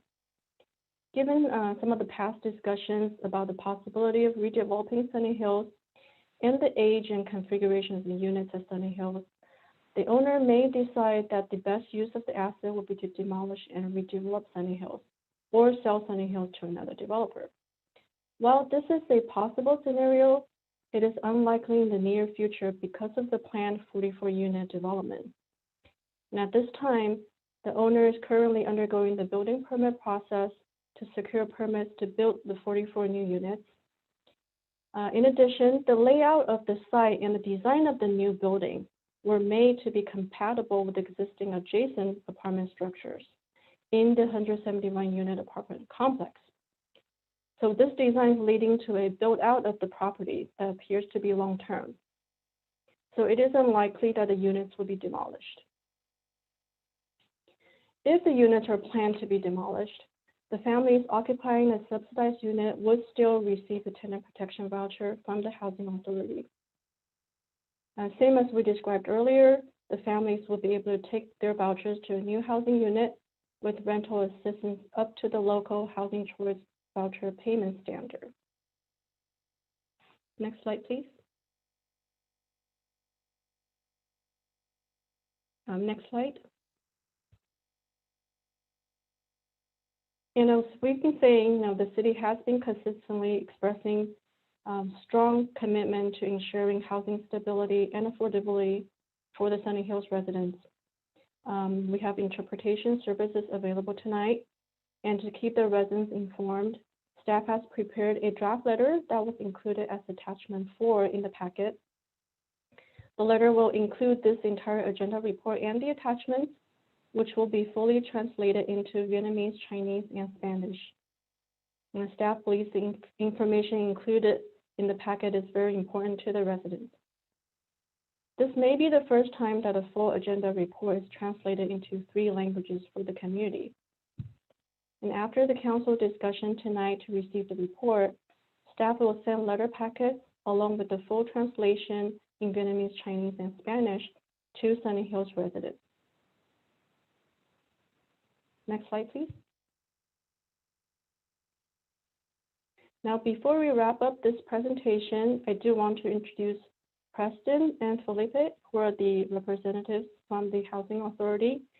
So I'll hand it over to them to introduce themselves and speak for a couple minutes, and then we'll come back to staff recommendations. Preston? Hi, I was trying to start my video, but I couldn't do that, so I'm unmuted now. Mayor Tran, council members, I just wanted to introduce myself. I have to start by saying over the last 3 months that I've been here, I've been working with your staff. Our staff has been working with your staff, and they've just been doing a very good job, a great job representing the families at Sunny Hills and working on behalf of the city. So again, my name is Preston Prince. I'm the Executive Director of the Santa Clara County Housing Authority. I've been here for a little over 3 months. Santa Clara County Housing Authority also manages the housing authority for the city of San Jose. And the idea I want to leave with you is that we at the Santa Clara County Housing Authority feel like we represent all of the, or work with all of the incorporated jurisdictions within the county. In Milpitas, we have approximately 600 families who are receiving housing assistance from us at this time. And before I turn it over to Felipe to introduce himself, I would just like to make the opportunity or offer the opportunity for me to come back at a later time to talk about the housing programs that we offer in the city of Milpitas and to talk about some of the ideas that I have on the future of the Santa Clara County Housing Authority. And with that, I'll turn it over to Felipe to introduce himself. Hi, Felipe Casas, Senior Housing Policy Analyst at the Housing Authority. I've been working with your staff, Sharon and Robert, on getting them up to speed, informed of the HUD process, just because this project is subsidized by project-based rental assistance. So this process overall is a very HUD owner-driven initially, and then it's HUD and the Housing Authority. So we'll keep the city informed, when HUD reaches out to us, just because prior to that point, there's not a lot of involvement on our part, but we are familiar with this project. I was with the agency back in 2017 when residents went to the Santa Clara County Housing Authority board meeting, asking for assistance. Fortunately, the project continued to remain affordable with the intervention of the city. But we are committed, and I will be the point person on this project when HUD reaches out to us. And I'll turn it over to Sharon. Thank you, Preston. Thank you, Felipe. If we can just pull up the last slide.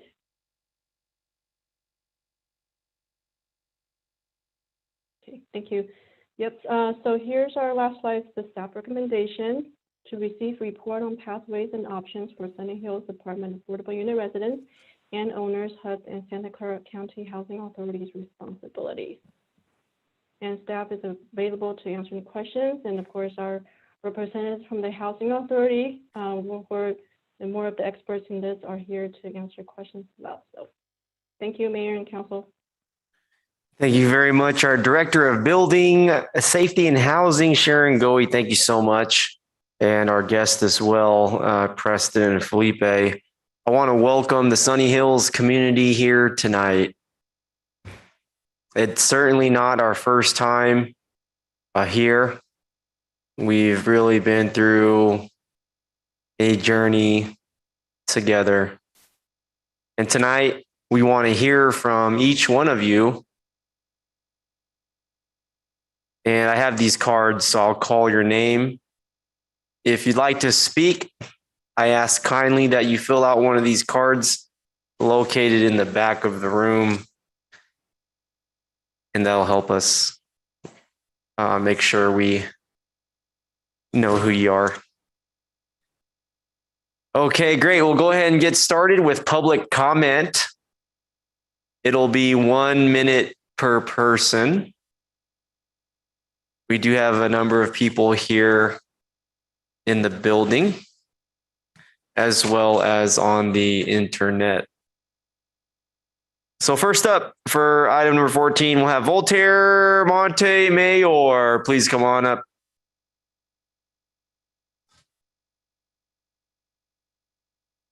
Thank you, Mayor. Speak into the microphone as best as you can. Not too close, yeah.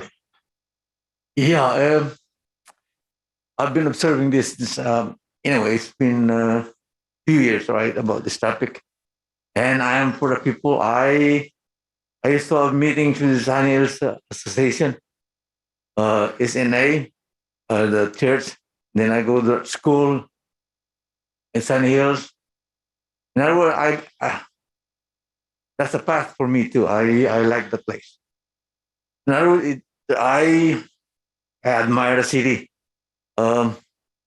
Determined to help the people to make it affordable for everybody. In other words, is I hope I'm not saying wrong. If the city is as strong as that, then the residents, the house, all the breadwinners should be strong also. So we will strive. Thank you. Thank you very much. Next up, we have Lisa Dwan.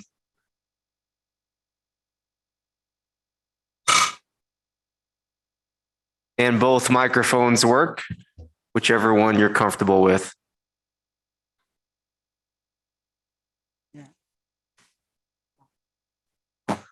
And you can pull the microphone towards your comfort. Yes.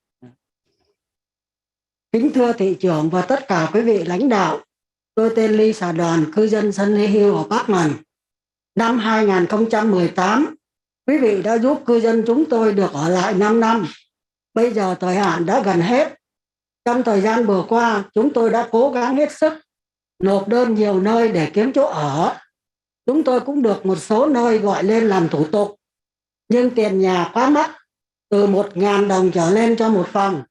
Mà chúng tôi chỉ nhận tiền già được 954 đồng. Như vậy là chúng tôi không đủ khả năng. Chúng tôi cũng có nộp đơn xin ở chỗ ở dành cho người già gần đây. Rất may mắn chỉ 2 tuần sau là họ gọi. Nhưng nếu ai có section 8 voucher thì chỉ phải trả 320 đồng. Nhưng chúng tôi họ nói phải trả 850 đồng nên đành chịu. Tôi cũng nghe được có chương trình hỗ trợ cho người thuê nhà. Nhưng không hiểu như chúng tôi có được không? Come on. Yeah, come on. Yeah, một phút. Yeah. Okay. Okay, next up we have Hien La. Oh, yeah, sorry, translate. Yeah, I'm sorry. Okay. Please, yeah. To the mayor and all the leaders, my name is Lisa Duan, resident of Sunny Hills apartment.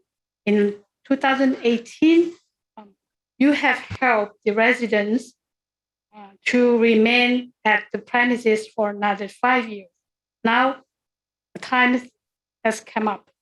So during those times, we have tried our best to submit application to several places.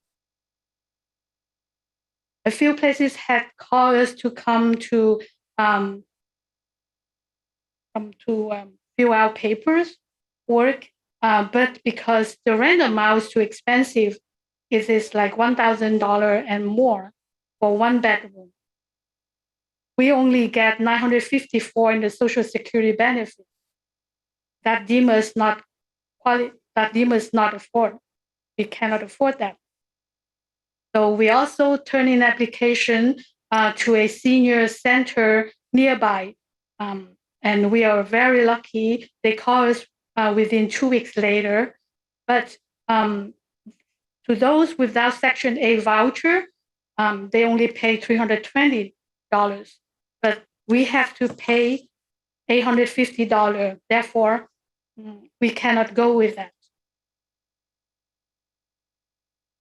So I heard there's a subsidy program for the tenants, but we don't understand whether we are eligible or not. So again, we are a resident of Sunny Hills apartment in the Milpitas city. We implore you to concern and then help us with all your best, so we can have a place to stay until the end of life. Thank you very much. Thank you. Next up, we have Hien La.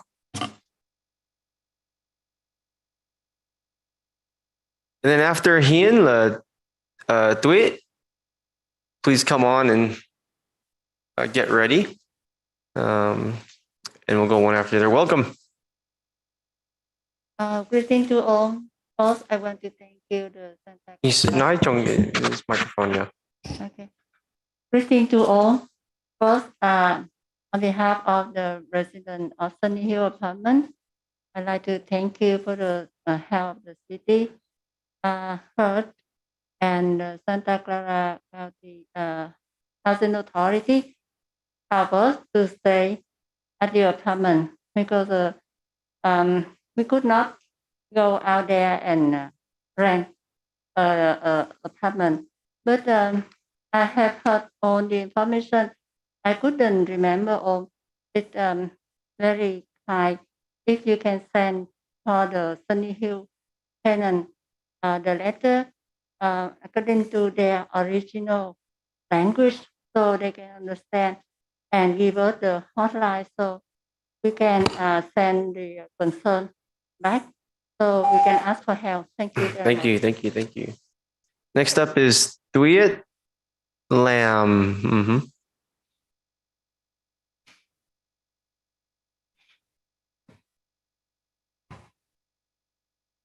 Good evening, City Council, and Mayor.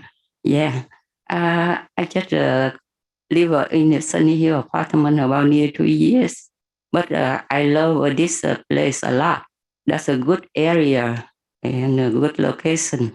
I would like to live over there as much as I can. And I'm also thank you so much the city Milpitas that have Sunny Hill apartment can stay about near 5 years, and I hope can stay over there for longer. And a lot of people over there, that the neighbor, they very nice, and I love live over there. Yeah, so thank you so much. Thank you, thank you. Next up, we have Sandy Perry.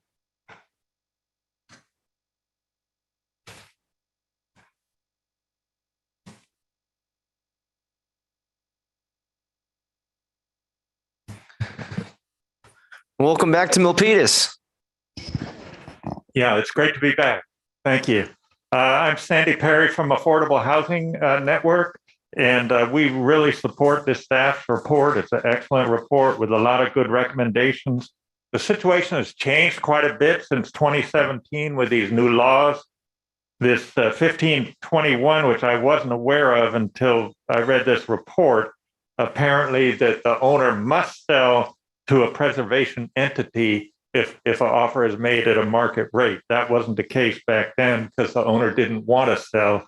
And also, we also have SB 330, which says that the owner cannot demolish the building unless they make arrangements for one-for-one replacement of every single affordable unit in the building. So we support these recommendations. We think we're glad that the city was able to reach a deal with the JMK last time, but we want to make sure they follow through and save these apartments. Thank you.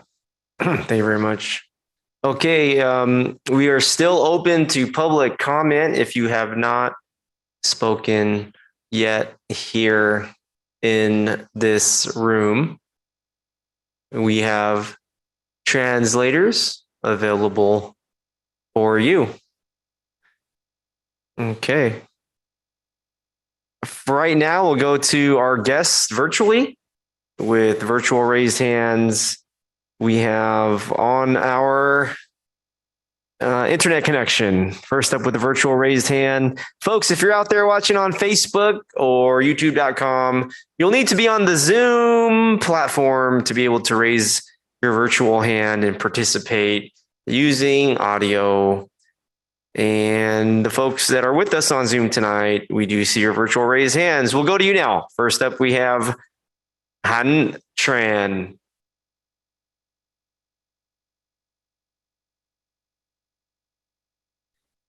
And we'll look to unmute the microphone.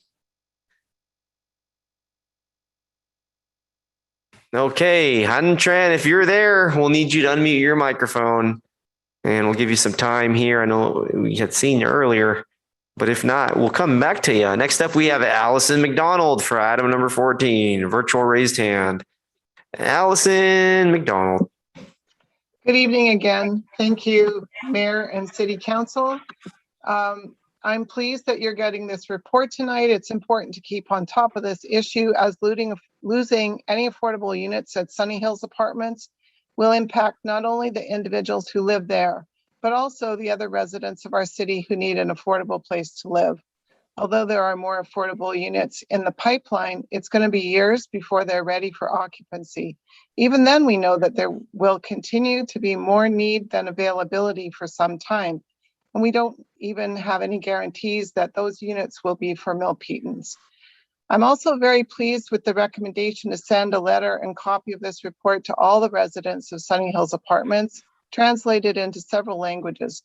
The residents of Sunny Hills have a right not only to this information, but to a voice. There should be no discussions or negotiations about the future of Sunny Hills Apartments without representatives of the people who live there. Thank you very much for your time and consideration.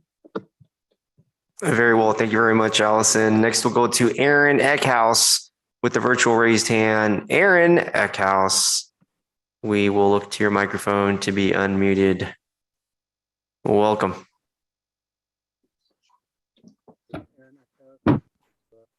I hear a sound. Aaron, are you there? Are you able to hear me? Yes, I am. Carry on. Great. My name is Aaron Eckhouse. I'm the Regional Policy Manager with California Unity. Yes, in my backyard. You've heard from some commenters tonight. I think we're all aware of the huge challenge that people have finding secure and affordable housing in the Bay Area, including in Milpitas. So I hope you will work as a council to preserve and protect the affordable housing that people do have there. I think that's something that would be worthy of a public investment, if that's what it takes to ensure that the people who are living there who don't have other affordable options available to them because of decades of failure in housing policy are able to stay in a secure and stable home.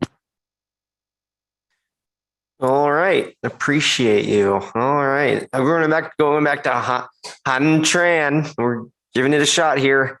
And we're giving you full access. We're going through public comments.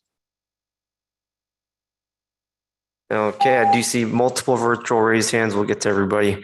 Han Tran, virtual raised hand. We keep going back to you. Plenty of opportunity here. It may be a technical difficulty on your side. We'll need you to unmute your microphone. Han Tran.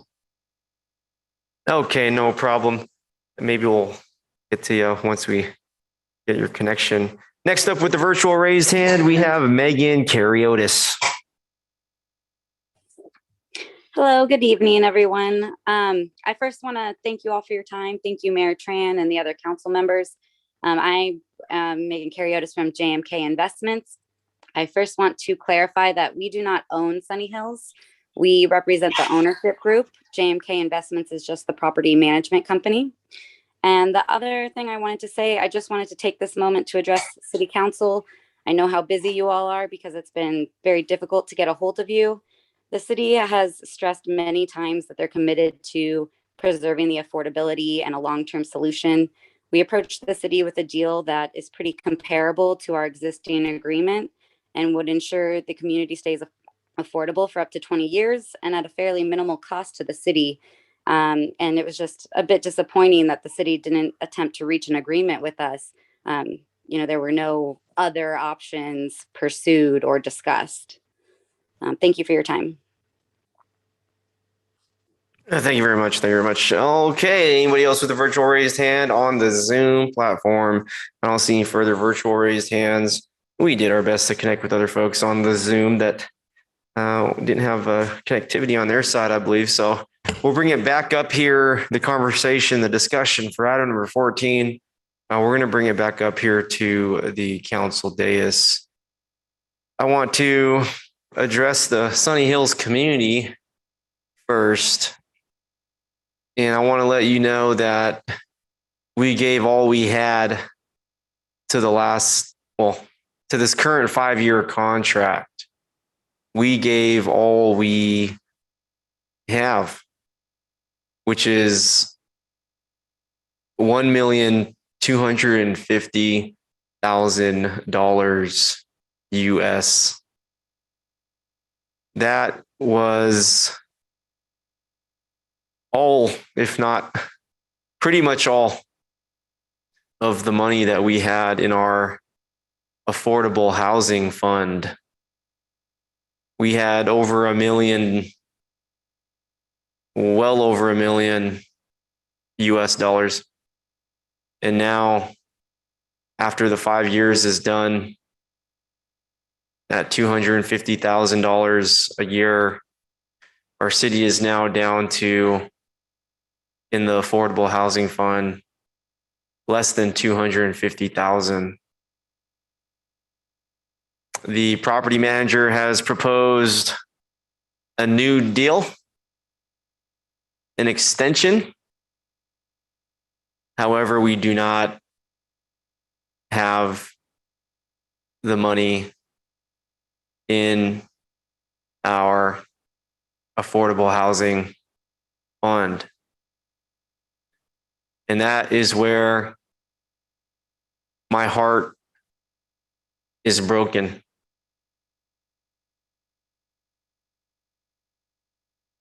Even with a 5-year new extension. And then after that, what do we do? And as I sit here as your servant, that is the predicament I feel we're in. I am thankful there are other options available, like the vouchers. But I know it is not what is best. I want to invite my colleagues on the city council to share their thoughts as well. We've been doing our best to approve new affordable housing in Milpitas. Just last week,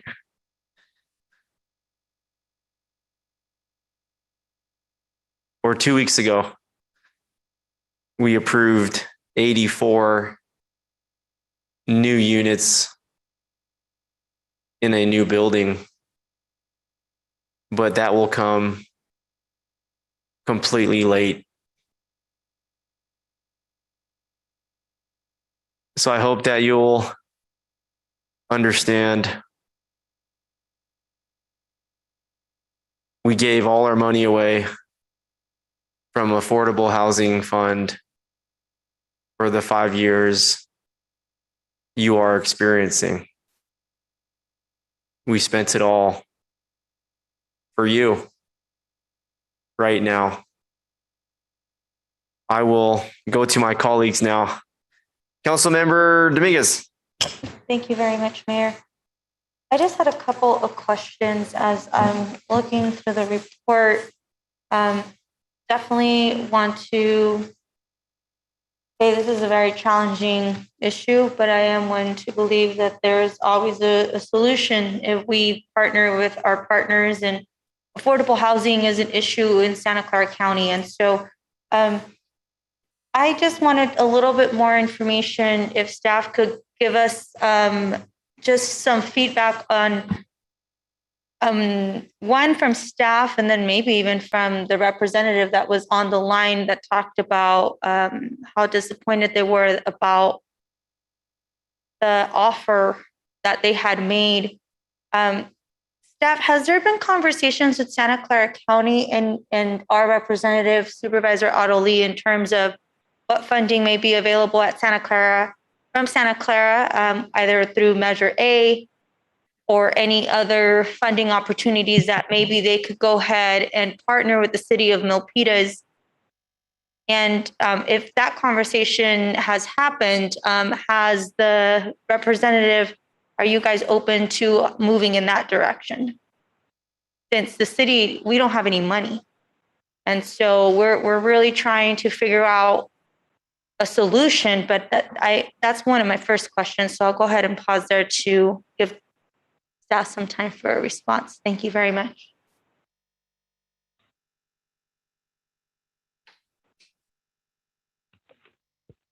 Hello, can you hear me? Yeah, Sharon, go ahead. Okay. Thank you, Sharon. Oh, okay. Yes. In 2019, we sort of mentioned in one of the slides that we had a series of discussions with the owner, and also we facilitated discussions with various affordable housing partners. And that did include the county of Santa Clara, and we discussed possibilities of using Measure A funding and other funding sources they might have. And we tried to really look at long-term affordability solutions with possibilities of these different funding options and combinations.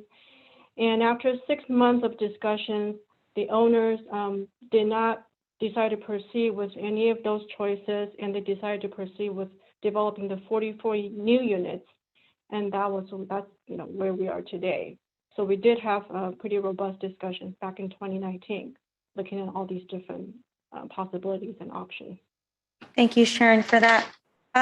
If I could kindly have maybe the representative of the owner, I believe they were on the call.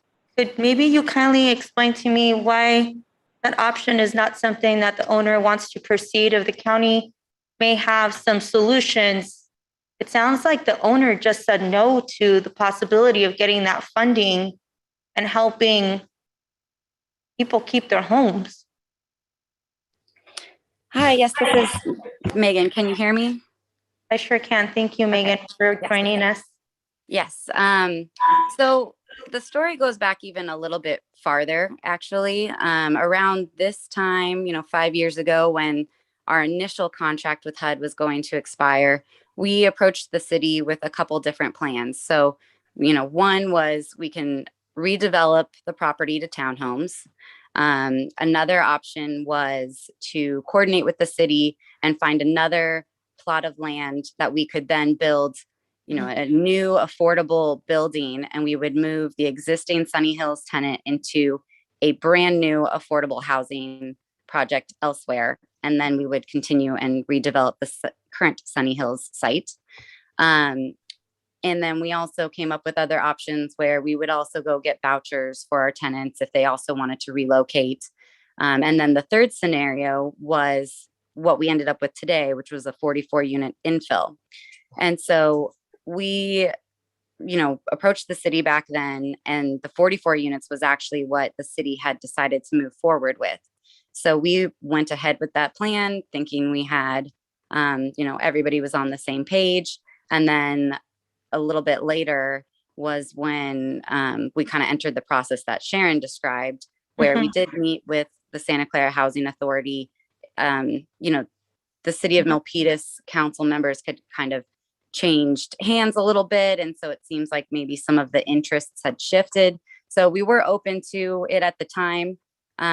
We had already started moving forward with the 44 units. So we were already a little bit forward on that plan. And the main option that the Santa Clara Housing Authority proposed to us was at the end of 15 years, we had to relinquish our rights to the property and hand it over to them, and not for sale, but just turn it over to them. So no consideration given or anything. So that's why we did not move forward with that, because, I don't know. I'm having trouble hearing you. Sorry. My watch was listening. So that's why we chose not to go forward with that option.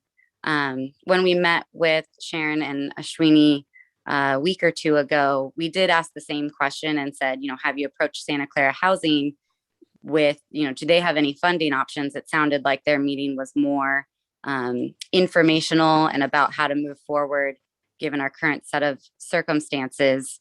And so we asked them to, if there was any funding sources there, whether just for capital improvements, which is what we're looking for. It's a 50-year-old building. It wasn't meant to be that old. I know one issue that tenants have brought up and, we're aware of is the windows. Another angle we looked at is even just as an environmental measure, improving the quality of the windows will make the building more green and energy efficient. And the feedback we got from Sharon was that Santa Clara County said that there was no funding available for a project like that.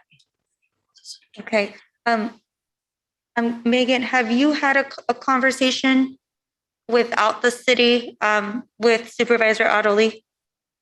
I have not, no. So you guys have not reached out to the county at all and on your own? Not yet. We were waiting to hear back on this proposal that we just went over for our up to 20-year extension. And then we just had our meeting with Sharon and Ashwini, I think it was a week ago. So we thought it was best coming from the city, who is already in conjunction, working in tandem with them. But that was going to be my next step, just to kind of follow up and see what our options were. Okay.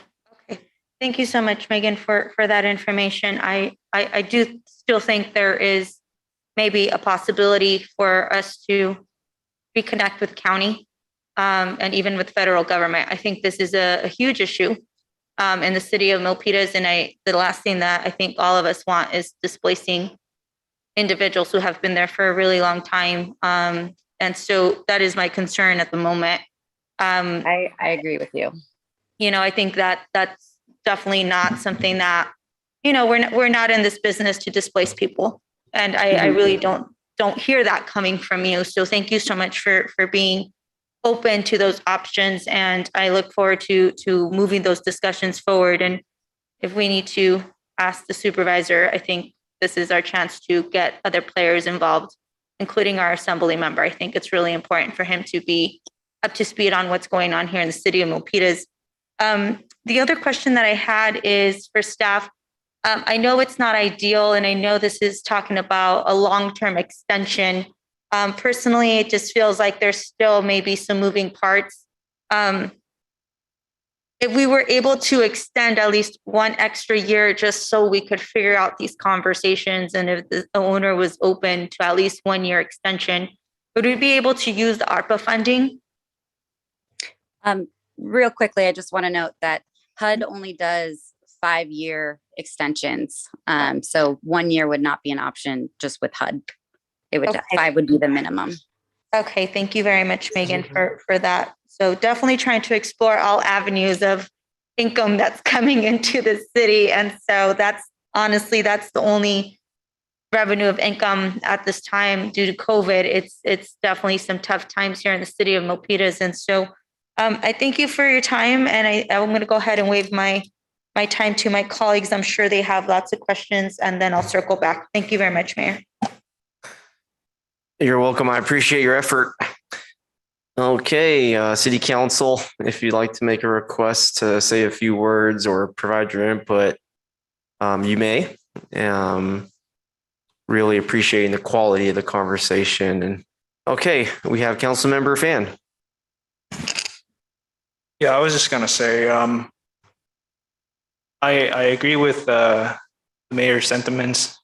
I think that given our financial hardships that the city has been going through, it's not feasible for us to maintain or enter into a continuance of the agreement that was in place. That said, though, one of the reasons why I supported the application last year for additional units on the site was a good faith understanding that the applicant would continue to work towards housing the residents. I'm disappointed to see that we are where we are now. Obviously, a lot has happened since then. But as far as the city's commitment goes, we're certainly committed to working with the county and our state and federal legislators in finding a solution that would continue to house the residents. I think that that's something that there's no disagreement here on the council, and I look forward to exploring these pathways. I think that there are a number additional pathways that are on the table that haven't been brought up yet. There's a lot more state legislation, state programs, applications in place that we are still waiting to see the result of. So, you know, a lot of things can happen, but at the end of the day, city is committed to the residents. Thank you very much, Councilmember Fan, and we'll go to the Vice Mayor, Carmen Montano. Thank you, Mayor. You know, I know that Sunny Hills was built in 1971, and in 1971, the prices of homes, the prices of apartments were much, much different than they are today. And we all know that the owner, the premise, it's to make a profit. That's the bottom line, to make a profit. The owner has options to work with HUD, and it seems that that's not going to go. It seems that that's not what the direction that he's taking. I had a question for staff. Well, actually, yeah, I had a question for staff, and that is, right now we have a policy that 15% of new developments provide below market rate homes. I'm wondering, do we have such a policy for apartments as well? If someone can clarify that for me. Yes, thank you for the question, Vice Mayor. So the Affordable Housing Ordinance applies to new development for residential development of 10 units or more, and it does apply to apartment buildings and for ownership construction. Okay. And the income, mix are different, but yes, it applies to new apartments. Okay, great. Well, that means that the city has information of where these affordable units are. So you have that pipeline. And so when when the Sunny Hills residents do get the TPV or the tenant protection vouchers, they can be streamlined to those units, correct? Is that an option? Vice Mayor Montano, that could be an option. A lot, the inclusionary housing policy is fairly recent. Sorry about that. So, I'm not sure. Yeah, is that can we say that, can we create a policy that that a certain percentage of those units, or maybe 100% of those units be with use TPVs and yes, the ones for the people that will be looking for affordable housing? Can we make a policy on that 100% of those have to include TPVs? Yes, so I think Sharon, maybe you can add to this, but Vice Mayor Montano, we are looking, all of those units are under construction right now, so we'll bring something forward. I'm not sure why I have an echo. Sharon, maybe you can speak to it. Okay, yes, I will. Yes, in the Affordable Housing Ordinance that the council adopted in 2018, there's a selection processing there. It's fairly general, but we can definitely look into this and bring something back and work with our city attorney's office and city manager's office.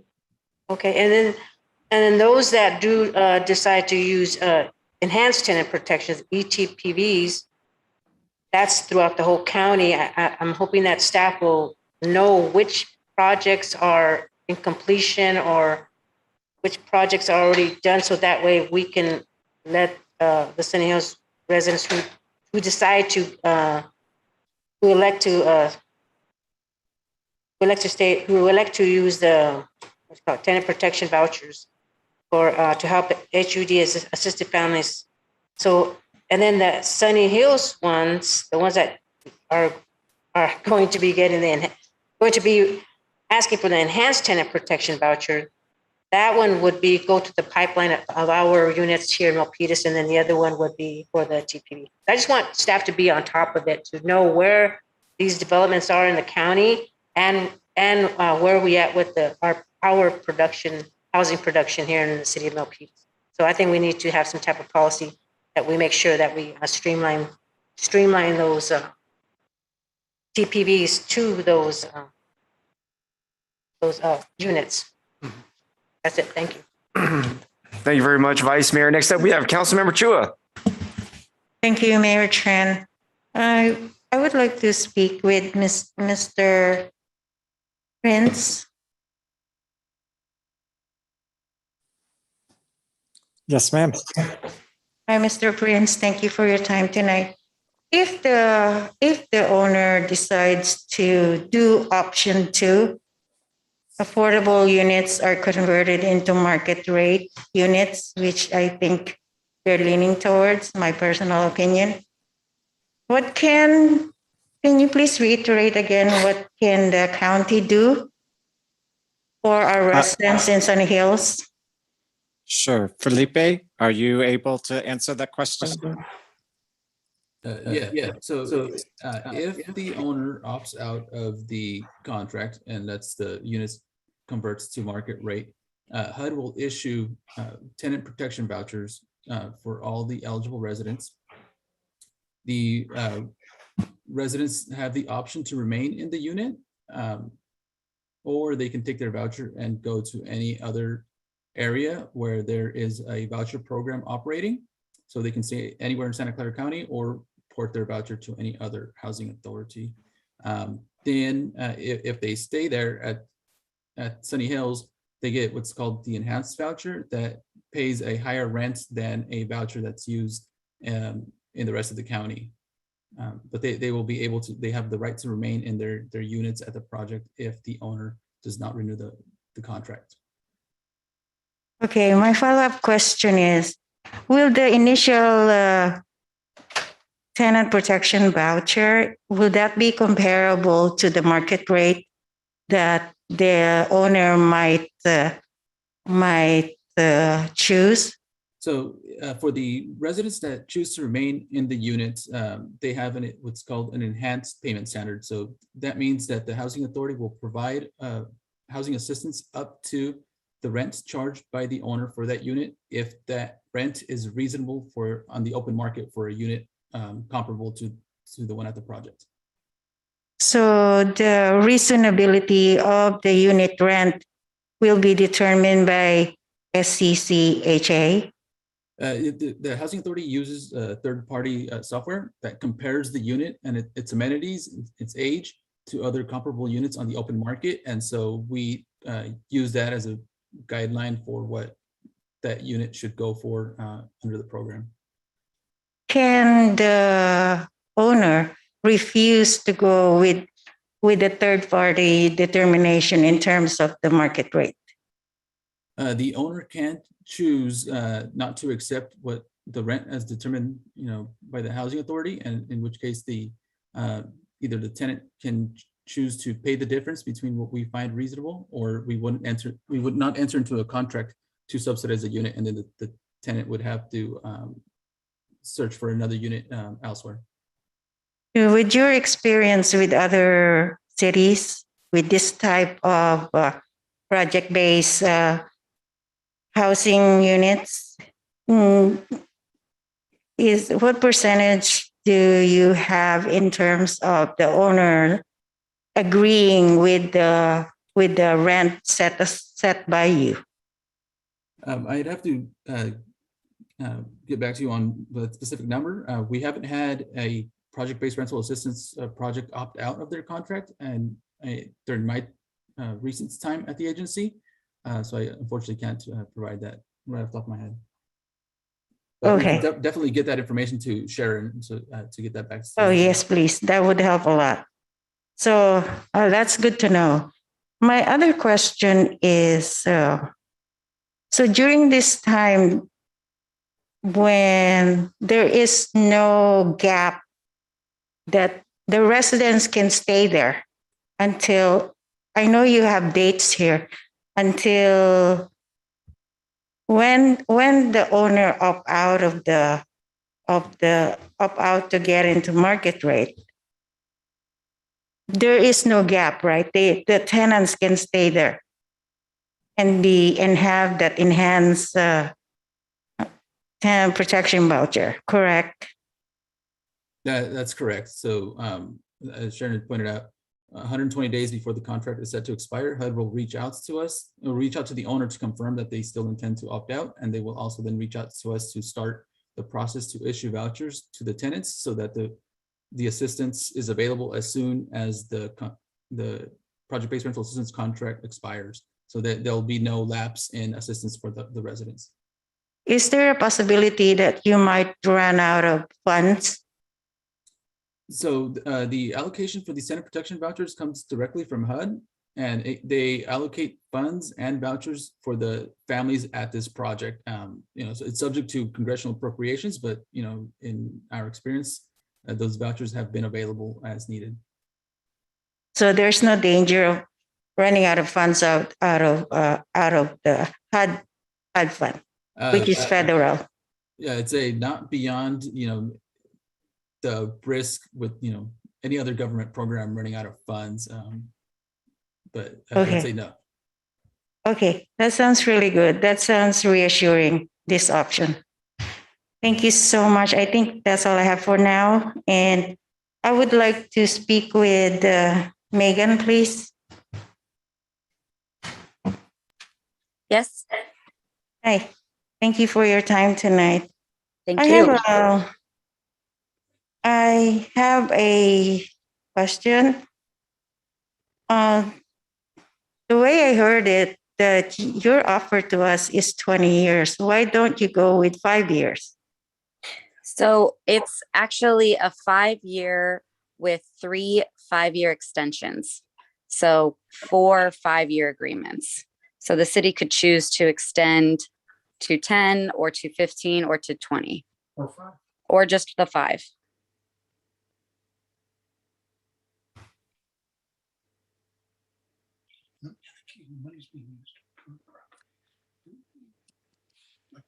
Okay. I also want to reiterate that our staff has been working with you all through this time, like extensively for the last 6 months. We are working with you in good faith. And also, I don't know if you know, we even tried to get federal funding through the office of Congressman Rolcana for a total of $6.5 million to help the Sunny Hills residents. Unfortunately, it didn't go through the Appropriations Committee, but we're still keeping our eyes open on that one because we see a lot of legislation going in, not just from the federal, but also from the state level. So anyway, I just want you to share that with you to let you know that we are serious. We want to help our residents, and we do this in good faith. We understand that you want to make profit, but we try to balance the two. Yeah, thank you for sharing that. Thank you for sharing that, because no, that was never communicated to me. So it's nice to kind of hear what's going on behind the scenes. I do want to clarify. I mean, it's not money that's just going straight to the bottom line and profit. That money will go directly to the residents with new windows, improving the interiors. I mean, that the money we're looking for is truly for capital improvements to benefit the tenants directly and enrich their living experience at that community. Just want to clarify that point. Again, it's an aging 50-year-old building with a lot to be done. Yeah, thank you for sharing that. Thank you, Mayor Tran. You're welcome. And we'll do a quick time check. It's just past 10 p.m. Next up, we have Councilmember Dominguez. Thank you so much, Mayor. I just had a question in terms of the voucher program. I think it was Felipe or I can't remember if it was Preston or Felipe who had talked about the voucher program and how the funding is pretty secure.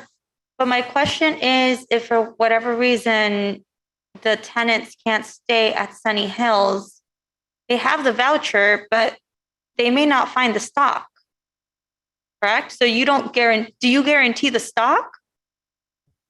No, when they get the voucher, they're free to either stay in the unit, or if they can't, then they go out and search for a unit on the open market.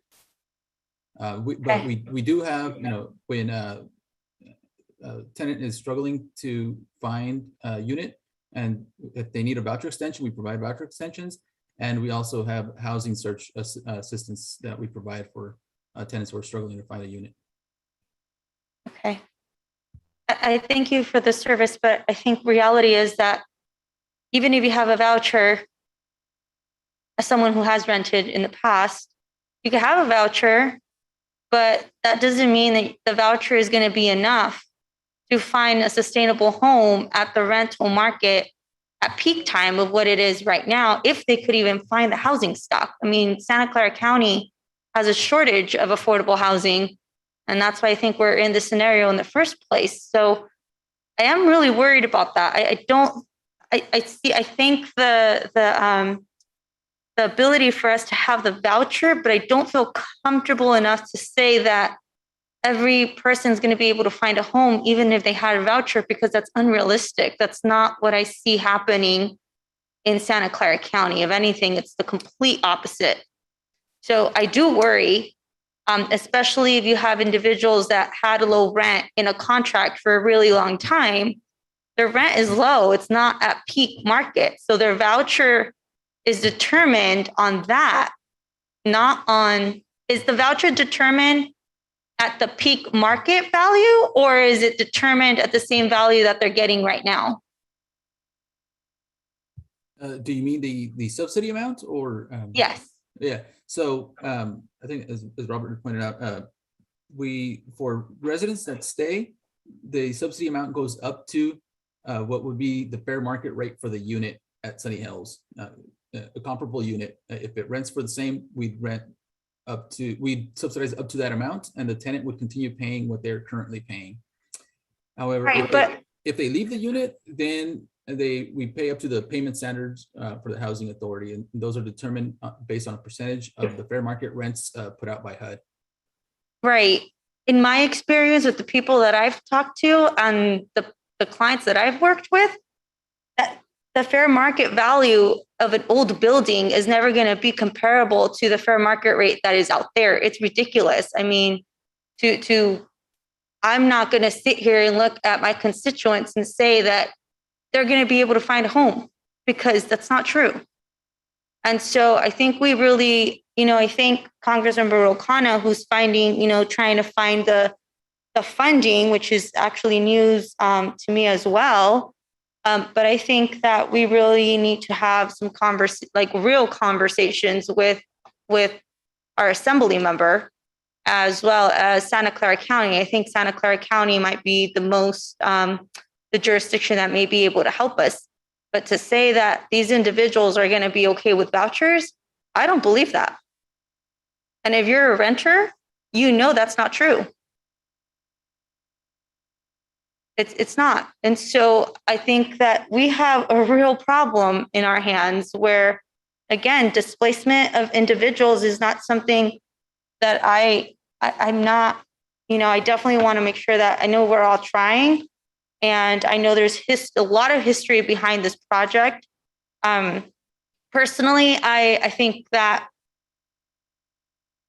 I personally believe that the 5-year contract extension is not something too far-fetched to try to at least work with that.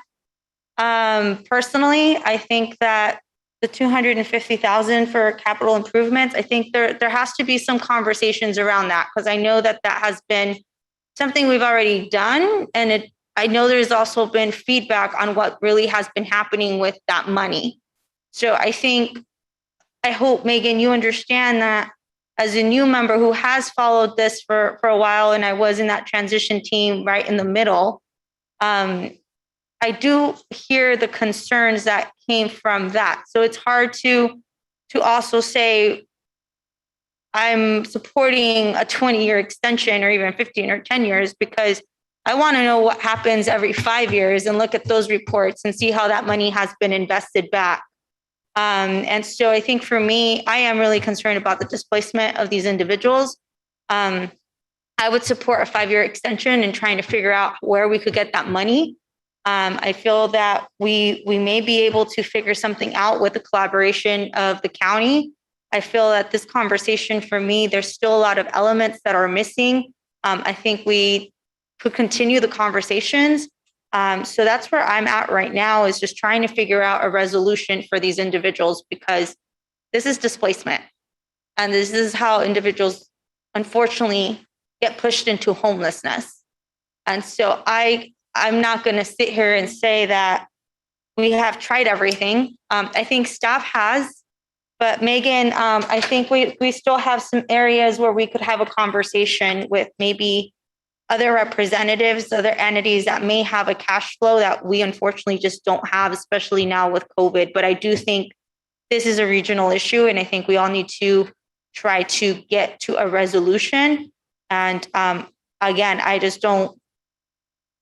don't feel the voucher program would be sustainable enough for families to find a home if they do get misplaced. And so I definitely don't want to move in that direction, because I just don't feel it won't happen. And so I don't want to give false hope as well. So I think we need to really figure out how we're going to fix this. And for me, I would be okay with the 5-year extension. I would not be okay with the 10 or 15-year extension at this point, but I definitely would be willing to have those conversations to make that 5-year happen. Thank you. If I can just add one quick thing to that, I do hear you on people's concerns. Obviously, we are building 44 units. Maybe people are concerned about the funding, where it's actually going, but some large items I would like to point to. I mean, we just redid all of the roofs at all of the buildings. We did receive $175,000 of CBDG funding. The number you'll hear is $200,000. We worked in conjunction with a nonprofit group, so they retained $25,000 to cover their costs. So we did receive $175,000 of CBDG funding, but we also spent $600,000 of our own money redoing the remaining roofs that did not cover. We've also painted the exterior of all of the existing buildings. And once we're done with all this construction, we are going to completely repave all of the roads, since obviously we're expecting them to get a little beat up in the process. So we've already completed some large projects while also having some slated in the future that, working with the city has really helped us, keep making this property better for all of the residents.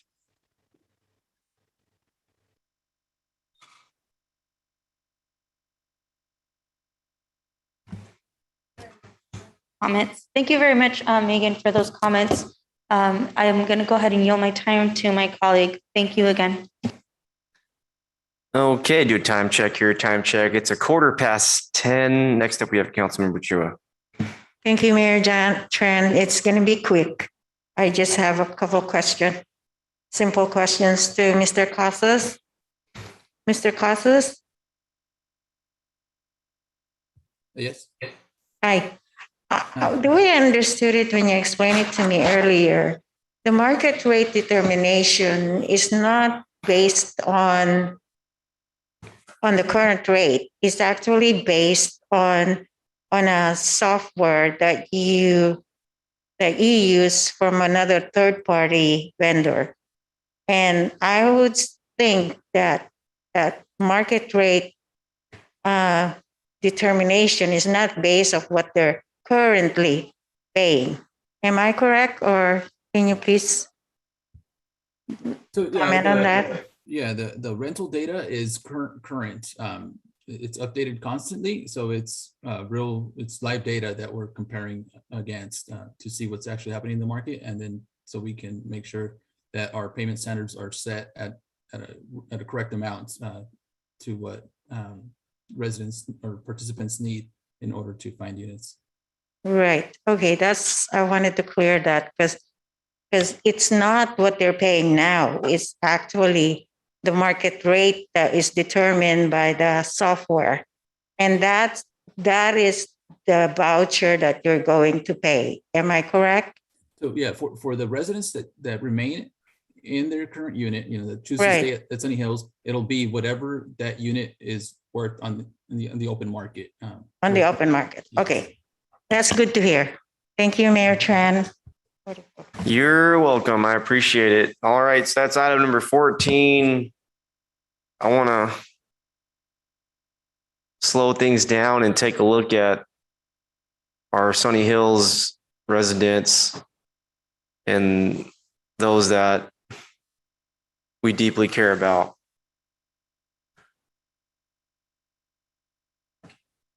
We've been working so hard to find a winning solution for you and your family.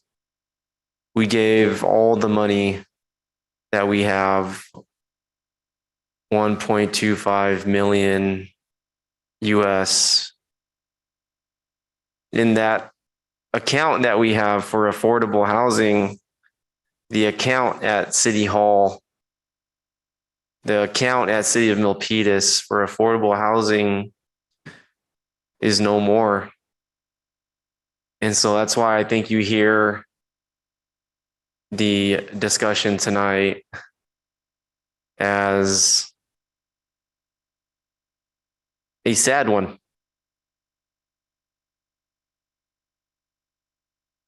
I'm sure between now and when the 5-year contract expires, there will very likely be 1 or 2 attempts to save Sunny Hills residents. But tonight, the city, I believe, the city of Milpitas in particular, has given all that we can and all that we have. So I thank you for joining us tonight. There are no other decisions to be made tonight. And we encourage you to stay in contact with me, the council members, so that we can keep trying to find help from other places bigger than the city of Milpitas, maybe the county or Washington, D.C. They have much more money than us. So we thank you once again, and please make it home safe tonight. Thank you very much. Moving on to, thank you. Yeah. Thank you. Yeah, okay. Moving on to item number 15, let's receive a report on the community ID and brand study, public engagement and outreach, and provide direction on community mark logo. I want to encourage my colleagues to have a really an efficient meeting here as we do a time check of 10:18, and our city staff is going to help us out to get things done expeditiously here. On the agenda, we have our public information officer, Charmaine Angelo. Good evening, Mayor, Vice Mayor, and council members. Tonight, I'm happy to share a follow-up presentation related to the results of our community identification and brand study public outreach work. So a lot of the slides that you'll be seeing tonight, you've already seen, so I'll quickly breeze through it and go straight to the point with the items that you had requested for. Yes. Next slide, please. Next slide. on the agenda. So I'd like to quickly walk you through the agenda. I'll begin by providing a brief overview of where we left off in our last conversation, followed by a quick review of the results of the public outreach, including the deep dive data that the City Council requested for, after which I will share an updated set of community marks based on City Council feedback. And then I'll close out real quick with the proposed timeline, the policy alternative, fiscal impact, next steps, and recommendations. Next slide. So on August 5, city staff presented the results of the community public outreach and extensive outreach that we've done, which highlighted the community's preference for alternative C, as you can see on the slide. So City Council provided staff direction to present qualitative community input associated with alternative C at the next meeting. Staff was also asked to explore modifying the community mark to address City Council feedback associated with adjusting the execution of the rolling hills, improving the overall logo color scheme to make it more colorful and vibrant, and replacing the visual representation of Milpitas' agricultural history. Next slide, please. So you've seen the slide, which highlights our multi-channel approach to engaging our community and understanding their opinions and sentiments towards a modernized brand. Next slide, please. So again, you've also seen the slide. Participants who cast their votes were comprised of residents, 70% of people who live in Milpitas. People who work in Milpitas were about 20%, and others who represent people who work with the city as vendors, contractors, and then some of our tourists comprised of 10% of those that we engaged with. Again, in this specific chart, you see that Alternative C was a clear community favorite. Next slide. So the previous slide that I just showed you showed that out of 1,016 community participants, more than half selected Alternative C, so 571. Of the 571 community members, 50 qualitative comments were submitted. A majority of the comments reinforced the Milpitas community's favorable reaction and positive association with Alternative C. Community members use various terms such as superior, best, love, beautiful, and meaningful to describe Alternative C. Of the 50 submitted comments, 4 community members did mention corn or cornfields, and another 4 comments were related to adding more color to the community mark. Next slide, please.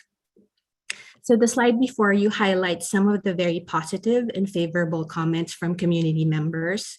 I'll give you a moment to look at the slide while I read just 2 quick comments. So I like how history is represented on Alternative C. Yes, make progress forward, but never forget the past. Another comment was, Alternative C demonstrates a beautiful harmony between nature and the people who call Milpitas their home, nature and people coming together. So I'll move on to the next slide. So this slide contains the suggested modifications from community members. I'll also give you a moment to take a look at the comments. Keep in mind that although these comments are highlighted on the slide before you, we only received a handful of these. So for example, the reference to corn or cornfields only came up 4 times, and it was the same thing with the reference to incorporating more color. We received about 4. Next slide, please. So based on the feedback shared by City Council at the August 5th meeting, city staff worked with the consultant team to address the 3 specific themes. So number 1, improving the visual of the rolling hills so they don't look like mountains, adding more color to the community mark to make it more colorful and vibrant. And then lastly, including alternative elements to help represent Milpitas' agricultural history. So the mention of corn or oak leaf was considered. Next slide, please. So this is the first set of updated community marks. So we call them alternatives C1 and C2. These are recommended because the color scheme combined with the various elements provide a more focused and balanced logo. More importantly, the executions are very similar to the mark that the community selected. Note the change in the rolling hills, so it's more rounded, and the alternative rendition of an oak leaf on logo, alternative C2. So I'll give you a few more moments to take a look at it. I'll move on to the next slide. So the next set of alternatives, C3 to C5, are not recommended because the multicolored elements and various logo elements result in designs that are too busy and not very cohesive. Although these alternatives are very different from the original version presented to the community. Again, you see the change in the rolling hills being reflected in the three executions. And then you see alternative representations of our city's agricultural history. So C3 shows a different illustration of an oak leaf on the left, and C4 and C5, you'll obviously see the corn element included. And of course, obviously, these are more colorful renditions of the same logo based on the request in our last meeting. So I'll give you a few moments as well to take a look. Next slide, please. If the City Council decides to move forward with any of the community marks that we just saw, the final logo will not be identical to the version that the community selected during the extensive public outreach process. However, alternative C1 and C2, as mentioned earlier, are very similar to the original concept C, so another round of outreach will not be required. If any of the other alternatives are selected, C3, C4, or C5, a second round of public outreach is recommended. And then any additional changes or logo exploration will also require additional staff and consultant resources and will naturally impact the timeline for the rollout of the new community mark. Next slide. So you've seen this same timeline. Just quickly, we'll highlight that August and September would be the months devoted to creating the style guide once we receive approval. October is our soft launch when we disseminate the style guide to all stakeholders. This period will also help us build momentum for the city's Holiday Magic event. And we also foresee the same period having the Rotten Robbie signage done in the fall, as well as the inclusion of the community mark in upcoming economic development events, such as the annual Manufacturing Day. And then come November and December, we will see the community mark across the city, especially leading to the Holiday Magic event through banners that will be on display all around the city. And from the soft launch to the main launch period, we will be working on implementing surround sound messaging about our new community mark through traditional and online media channels. So working closely with media and having strong presence across all online platforms. So you'll see a red asterisk beside specific initiatives that will naturally be impacted by any delay in the rollout of the logo for the current fiscal year. Next slide, please. So policy alternative. Alternative do not move forward with applying any of the community logo designs to a communications template, which will jumpstart work related to our placemaking strategy. The pros, the city could divert the remaining consultant funds for other purposes. Cons, this would delay the development of a strong modern brand. And reason why we don't recommend it is the community mark signature will provide a meaningful connection to different audiences and will instill a sense of community pride and boost economic performance. Next slide. Fiscal impact. As mentioned before, there are no additional consultant costs for phase 2 since these have already been encumbered. Any additional implementation costs, will be brought towards separately as part of other projects and programs. Staff is looking at a phased rollout, which means that any future cost will not be fully funded by the city. And we are looking at grants, sponsorships, future CIP and development projects, as well as funding through Main Street initiatives. Next slide, please. Next up, so upon receiving council direction on the community design, staff will work with the consultant to finalize the second part of phase 2, which will include the creation of a communications template, a full style guide, refreshing the city website and various online channels, developing gateway and wayfinding signage, and identifying other potential projects as well. I do want to note that once the community mark has been finalized, staff will evaluate options for the taglines that will accompany the logo, including potentially retaining existing ones that we've already seen out in our city, such as Crossroads of Silicon Valley and Gateway to Silicon Valley, or developing a new one which reflects the feedback received through the public engagement and outreach effort. Next slide, please. For recommendations, so receive report on the community identification and brand study phase 2. And the second part of it is provide direction to staff on the community mark logo for citywide use. That ends the presentation. I'm happy to answer any questions. Thank you very much, Charmaine. Great work. I want to also recognize our graphic designer, artist, who worked to create such a fine logo. I just really want to take a moment to just really emphasize that I'm thankful that they're really delivering a final product for us, I believe, tonight. And that's what they said from the very beginning. They get it right for us. So I'm feeling pretty confident we're going to get it right tonight. And we'll start off with the Vice Mayor, Carmen Montano. Thank you, Mayor. I thank you for the presentation, Charmaine. I'm going to make a motion that we, well, I don't know if it's time to make a motion, but I'll just make a comment, not a motion, that we, I do like alternative C1, and I am very pleased that they, instead of the mountains, they replaced it with the hills, the rolling hills. So that was probably the most important feature of this artistic icon.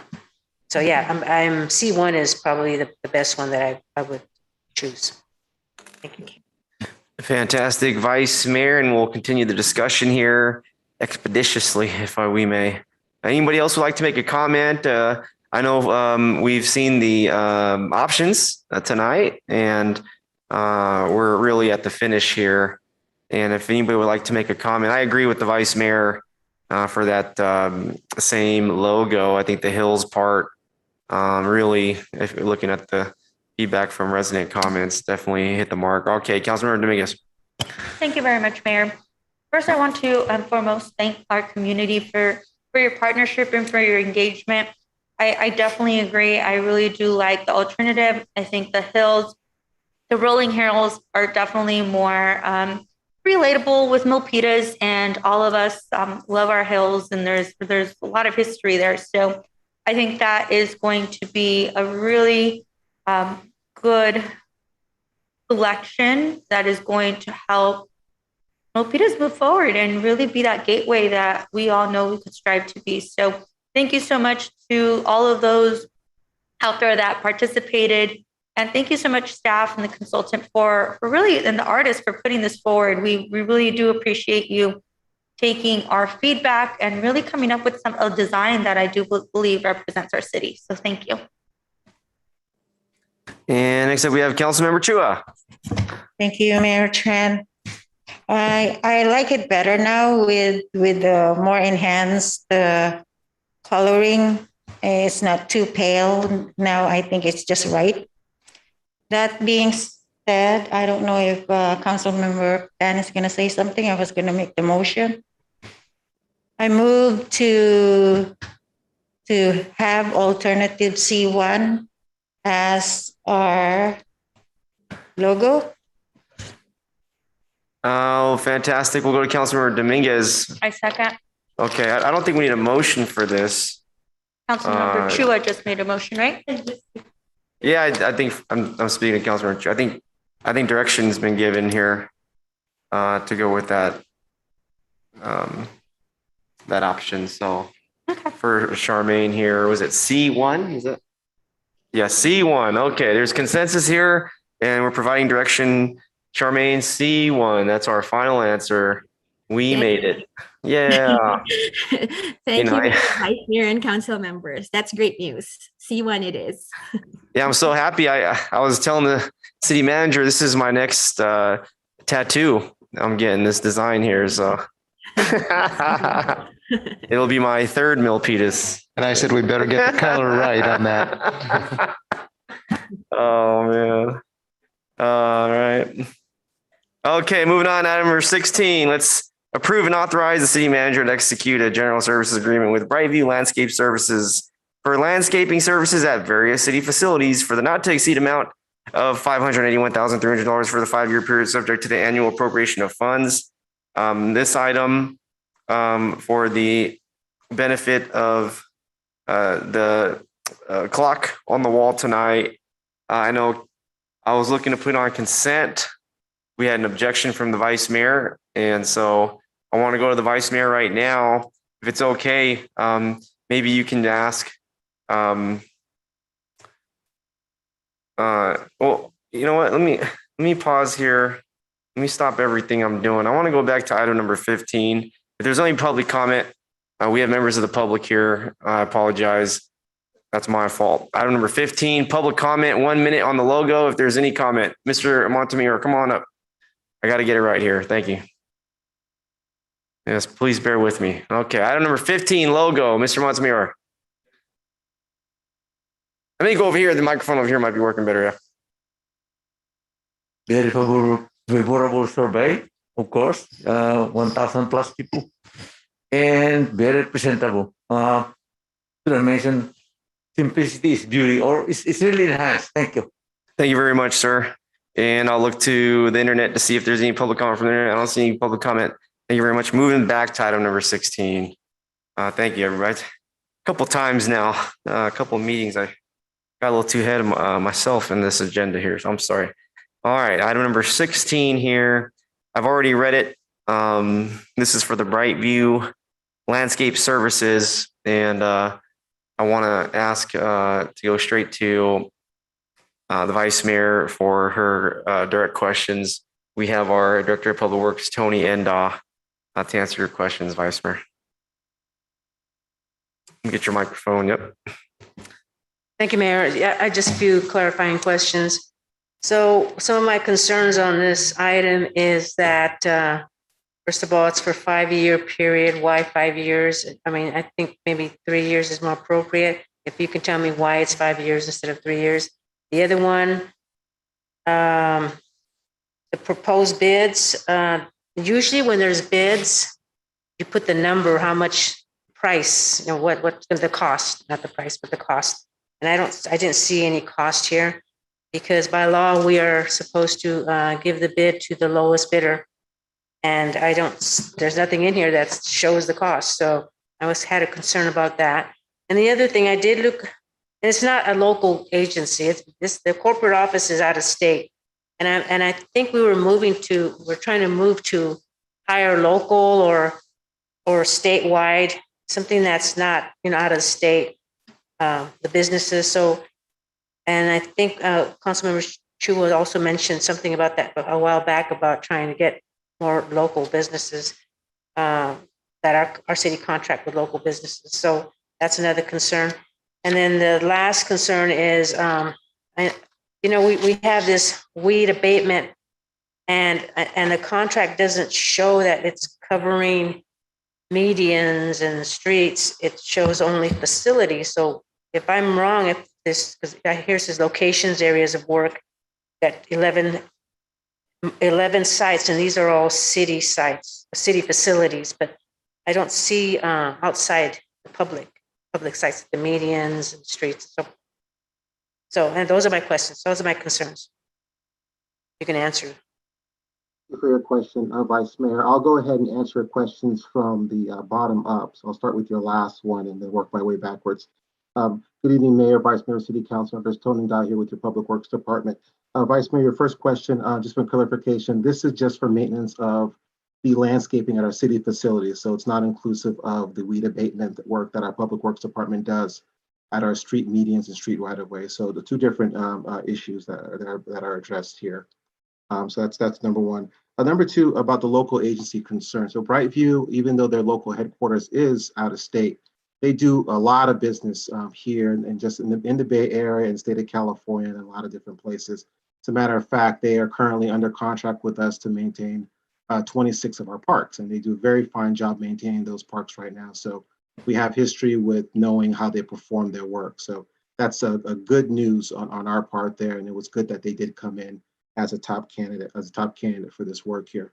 The other question you asked was about the bid here. So a couple of differences that we have is there are a couple of types of bids that we put in. I know Walter Rossman's out there. He could help add some more information on the procurement practices, but two different processes that we follow here. One of them is a request for bids, which allows the city like us to award the contract based on what gives it the best value.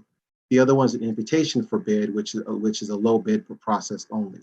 In a situation like this, where we're looking for the best value to make sure that whatever contractor we bring in place maintains our city facilities and make sure it represents the best picture for our city, we don't want to bring in just someone with the cheapest dollar to come in and not do the best work. So we issued the contract as an RFP, which is a request for proposals, allowing us to evaluate the contractor on cost as one of the items, but also looking at their ability to deliver services and the quality of service it can deliver.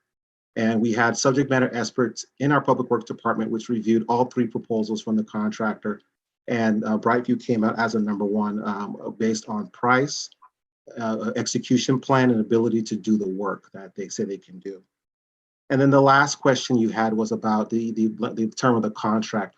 We just came off a 5-year contract, and it's typical practice for us to issue contracts of this nature in 5 years. We do get a good pricing with contractors when we know that we're going to be in a long-term relationship with them.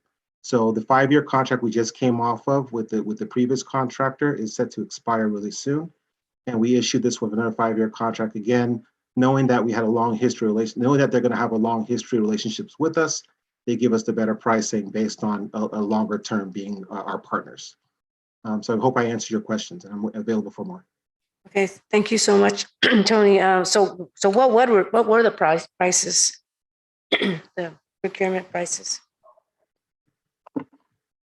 Unfortunately, I don't have that information in front of me here. I have to pull that information, provide that. Yeah, usually the next time if you can have that on there, because I think that's really important for council to see. I guess that's it. Yeah, I guess for now, you know what kind of questions that I'm going to ask for when we do these future, just to be mindful of looking for in-state corporate office vendors and, the other issues that I brought up. But that's it. I guess I'll go ahead and make a motion to approve And this. pause it real quick there. Pause it real quick there. Pause it real quick. Appreciate you. Thank you very much, Vice Mayor. And I encourage my colleagues, Vice Mayor, City Council, to always reach out to the director of whichever department or the city official staff member that's listed for the agenda item. Council members can always reach out to directors prior and post city council meetings to gather information. And our city staff will have no issues emailing us further information, especially for the public's benefit. Next up, we have Councilmember Chua. Thank you, Mayor Tran. I'm here to make a motion to approve this request. I thought I heard a motion by the Vice Mayor. Do you want to second it? Okay, we got a motion by Councilmember Chua. Looking for a second. Mayor, just wanted to take public comment. All right. Yeah, thank you very much, Chris. Yeah, absolutely. We're going to go to the Vice Mayor and then public comment. Thank you very much, Chris. Always thinking of me. So no, thank you for your comment, Mayor. But sometimes it is good to ask questions because the public, if you let the public know, and sometimes they're kept in the dark. So that's why sometimes I ask questions. Not all the time. Sometimes. That's my rationale. Thank you. I appreciate you. You know, one of the things I do is ask the director or whoever, and then have those answers prepared and then come to the meeting so that we are able to get that valuable information. So I'm with you on that. Okay, we had a motion by Councilmember Chua to approve item number 16. We got a second by the Vice Mayor. All in favor? We'll do a roll call. Councilmember, pause right there. Yes, our City Clerk, Wendy Wood. Did you want to allow public comment? Oh my God. Yeah, it must be getting late here. Yeah, I'll go to public comment. That's twice in one item. Geez. All right, we're going to public comment. Every item deserves public comment, and we have Mr. Montemayor up first. Simple statement. Yeah, there's integrity already among you guys, the city manager. And catching up, yeah, the vice mayor is trying to make sure that it's fairly done. Yeah, no complaints or whatever. Nobody's ignored. Thank you. You hear that? The vice mayor is getting it done. Thank you, Mr. Montemayor. All right. Any other further public comment? Let's go to our virtual public comments with the virtual raised hand. Welcome, Barbara Navarro on Zoom.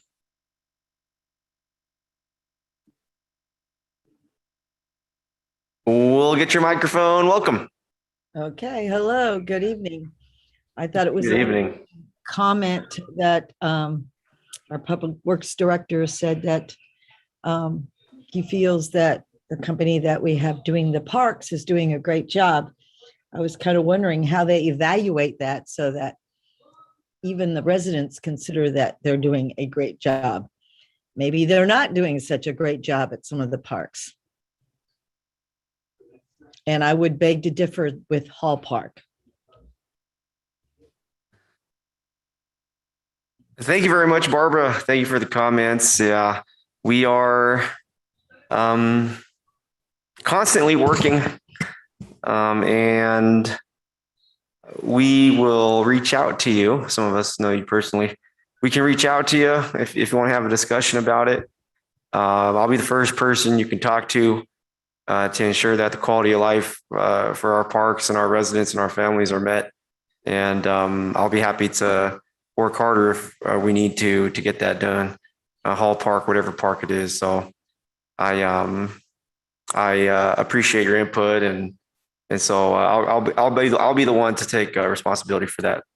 Okay, public comment continues. Okay, I don't see anybody else on the Zoom. All right. Now that public comment is completed, thank you to our city attorney, Chris, and our city clerk, Wendy. Thank you so much. I'd be lost without y'all, so thank you so much. Item number 16, there was a motion and a second. We got a motion by Councilmember Chua. We have a second by the Vice Mayor. I'll go ahead with the roll call. It's Councilmember Chua. Aye. And we have Councilmember Dominguez. Councilmember Fan. Aye. Okay, Councilmember Fan. Aye. And the Vice Mayor, Carmen Montano. Aye. And myself as an aye. Item number 16 is approved. Thank you very much. And we're moving on to item number 17. We'll do a time check here, 10:47. Item number 17 tonight under public safety. Let's receive a presentation of the Milpitas Police Department's response to drug-related calls. And we have our Chief of Police, Jared Hernandez.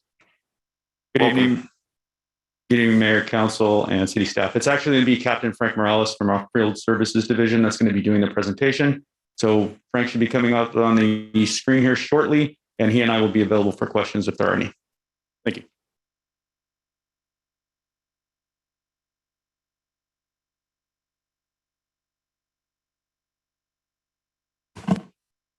Good morning, Mayor Tran, Vice Mayor Montano, council members, city staff. I'd like to start off by saying thank you for providing me with this opportunity to present the police department's response to drug-related calls. I do appreciate it. And like the chief mentioned, my name is Frank Morales. I'm a captain with the police department, and I oversee our field services division.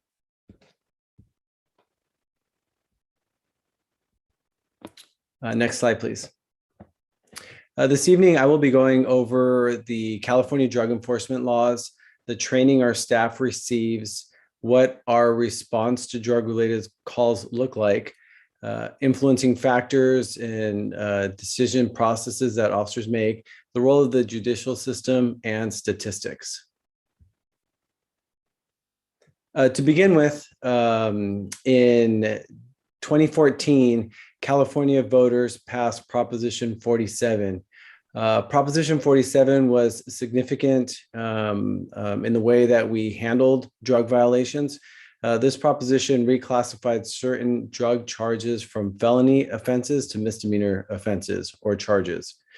What that meant was prior to 2014 and the passage of Proposition 47, an officer in Milpitas who encountered an individual that was in possession of a drug such as methamphetamine, cocaine, heroin, would typically be arrested and booked in the Santa Clara County main jail. When the laws changed and the felony offenses were reclassified to misdemeanor offenses, our practices followed suit with state law, and our officers no longer, as a matter of practice, automatically booked people into jail for a narcotics-related offense. We handled the incidents by issuing a citation. Today, our practice remains the same. Most misdemeanor drug-related offenses result in the issuance of a citation in accordance with California law. Officers do have some discretion to book an individual if that person presents a danger to the public. Next slide, please. With respects to Milpitas, our most common misdemeanor drug-related charges are possession of methamphetamine, under the influence of a controlled substance, and possession of drug paraphernalia. And most often that is an instrument used to consume the narcotic, say methamphetamine, via a smoking pipe. Our most common felony drug-related charge is possession of methamphetamine for sale. Next slide, please.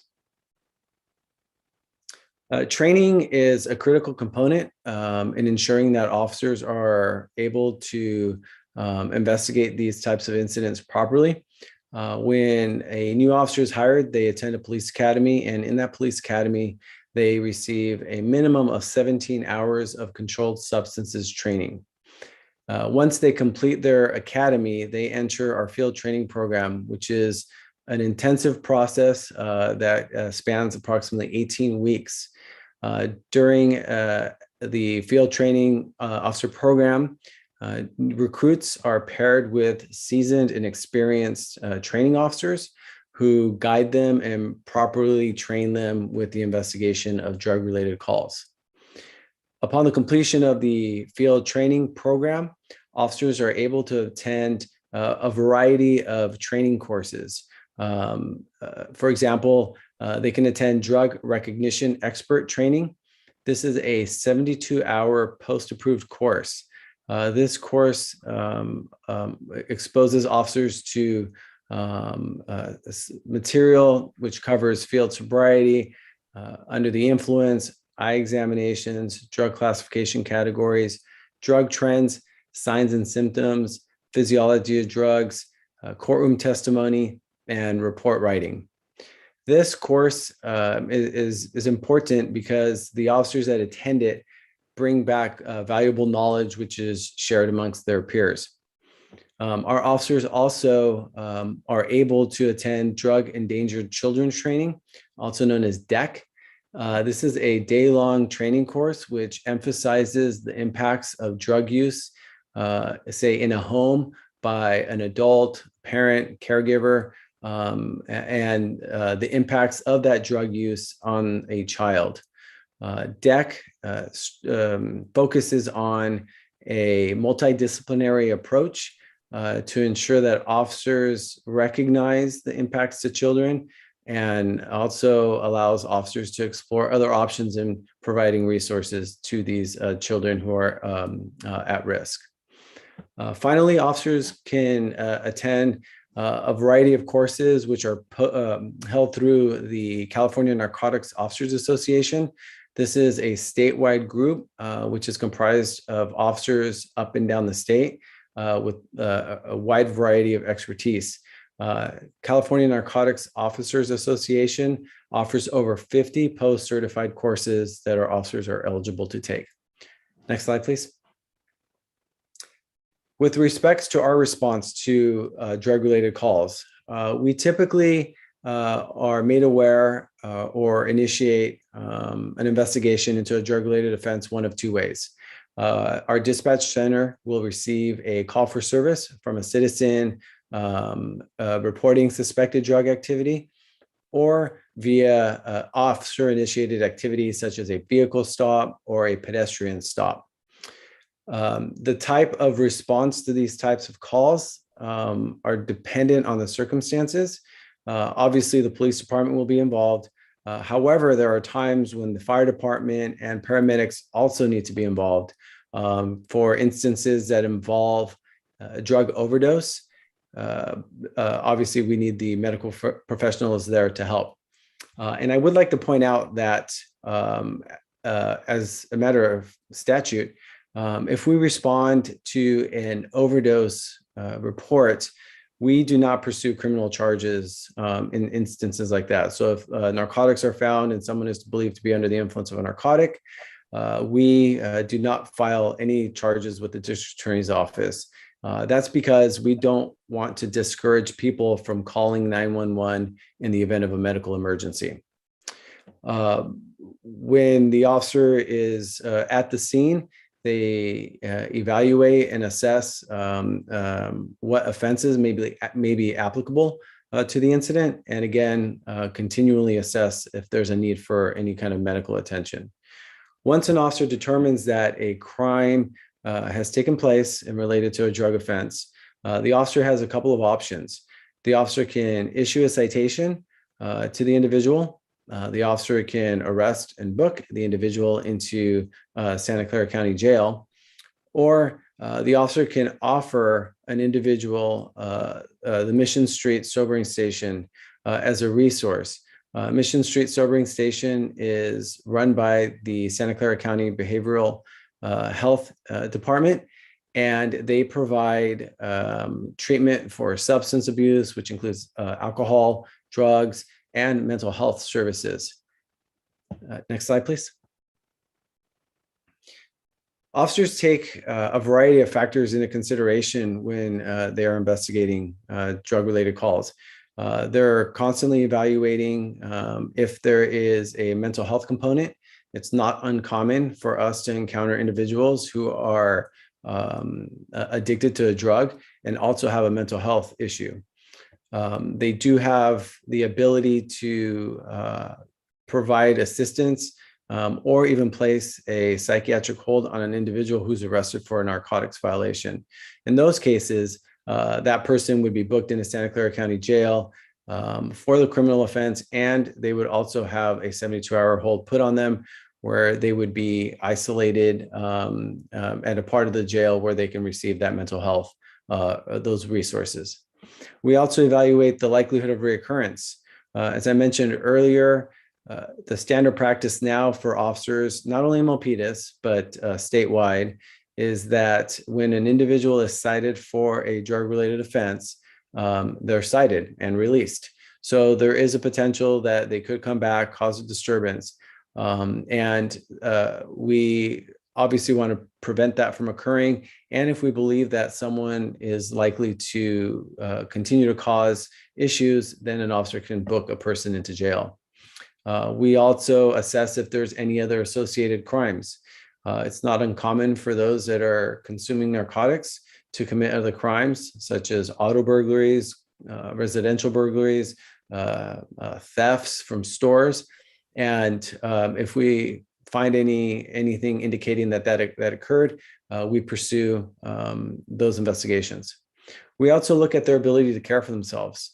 If someone has been consuming drugs and they are under the influence of a controlled substance and are acting erratic, or if they're running into traffic, if they're posing a danger to themselves or other citizens, then we take action. And finally, we evaluate the impacts to children and the elderly. We've experienced incidents where officers go to homes and there's drug use there, or the person using drugs is the caregiver for an elderly person or there's children there. There could be potential other crimes involved besides the drug-related offenses, but we also partner with the county's Department of Family and Children's Services when the crimes could affect a child. And we also partner with the Adult Protective Services if it impacts an elderly person. Next slide, please. The role of the judicial system is important when it comes to the enforcement of our drug laws. The district attorney's office currently considers the prosecution of a drug offense after an individual has been either cited or arrested 3 times over a 12-month period. The rehabilitation and treatment may be mandated by courts and typically involves monitoring by the probation department. The Milpitas Police Department is not directly involved in rehabilitation, but we do consult with the probation department on certain cases when necessary. An example of that is if an officer encounters an individual who's on probation for a drug-related offense, oftentimes there are stipulations in that probation that mandate what they can and can't be doing. And if an officer learns that they are in possible violation of their probation, we do consult with the probation department to determine the best course of action for that particular incident. Next slide, please. The chart you see before you is our citations and arrest statistics which span 5 years. If you can note that 2021 covers January of this year through June of this year. And over the course of these 5 years, our arrest totals for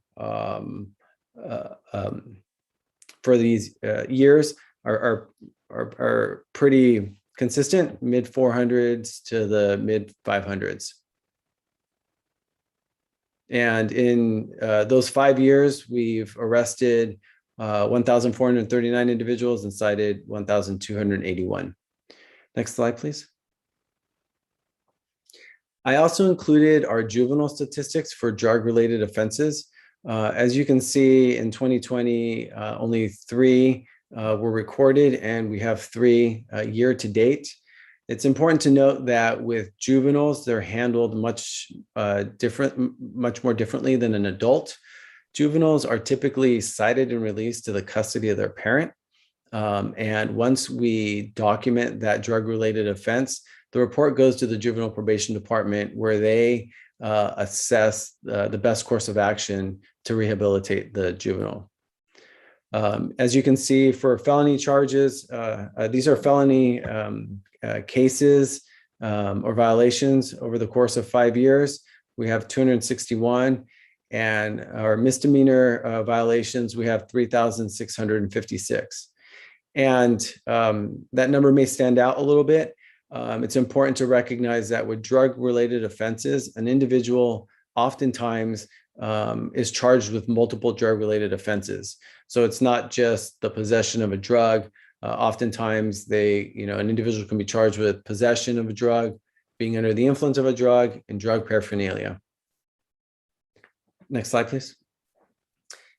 I thought it was important to note the makeup of these arrests. We evaluated, or we looked into the arrests for 2020 and 2021. There were 740 adults who were cited or arrested for a narcotics-related offense. Of those 748, 255 citations or arrests were of Milpitas residents, which represented 34% of that total. Non-residents accounted for 493 citations or arrests, or 66% of the total number of individuals cited or arrested. Next slide, please. And it's also important to highlight the opioid crisis. As many of you are aware, this is a national epidemic. The CDC states that 136 people die each day of an opioid-related overdose. And unfortunately, our community has not been immune to the impacts from this epidemic. We recognized it as a department pretty early on, and we purchased Narcan, which is an antagonist to an opioid such as fentanyl or heroin. We first had our use, or we had our first use of Narcan in January of 2020. Since that date, Milpitas police officers have deployed Narcan on 14 occasions, and out of those 14 occasions, all of those lives were saved, which is pretty impressive. All of our officers are issued and carry Narcan when they're in the field. Next slide, please. That concludes my presentation. And we recommend that council receive our presentation of the police department's response to drug calls. Thank you very much, Captain Morales. Great to have you here with us tonight at the Milpitas City Council meeting. I really appreciate deeply the presentation here. I want to say thank you to the Milpitas Police Department and the men and women who risk their lives every day in uniform to protect our residents and our community. And we saw that our officers are doing more than protect people. They're saving lives. I just had a question about the arrests with the legalization of marijuana. Have there been any arrests? What is the sort of the threshold for arresting somebody for marijuana, a certain amount? And has that been a high statistic in terms of our officers arresting people for cannabis? So you're correct, Mayor. With all the changes with drug laws related to marijuana, our enforcement with that has not been as significant as it has been for other drug-related offenses. We do still actively investigate illegal marijuana grows in residential areas. We still do pursue illegal marijuana sales cases, but those are less common now, especially the sales, because of the legalization, and that people can go to a dispensary and purchase marijuana legally now. Yeah, absolutely. I definitely am an advocate for legal recreational use and legal appropriate possession. I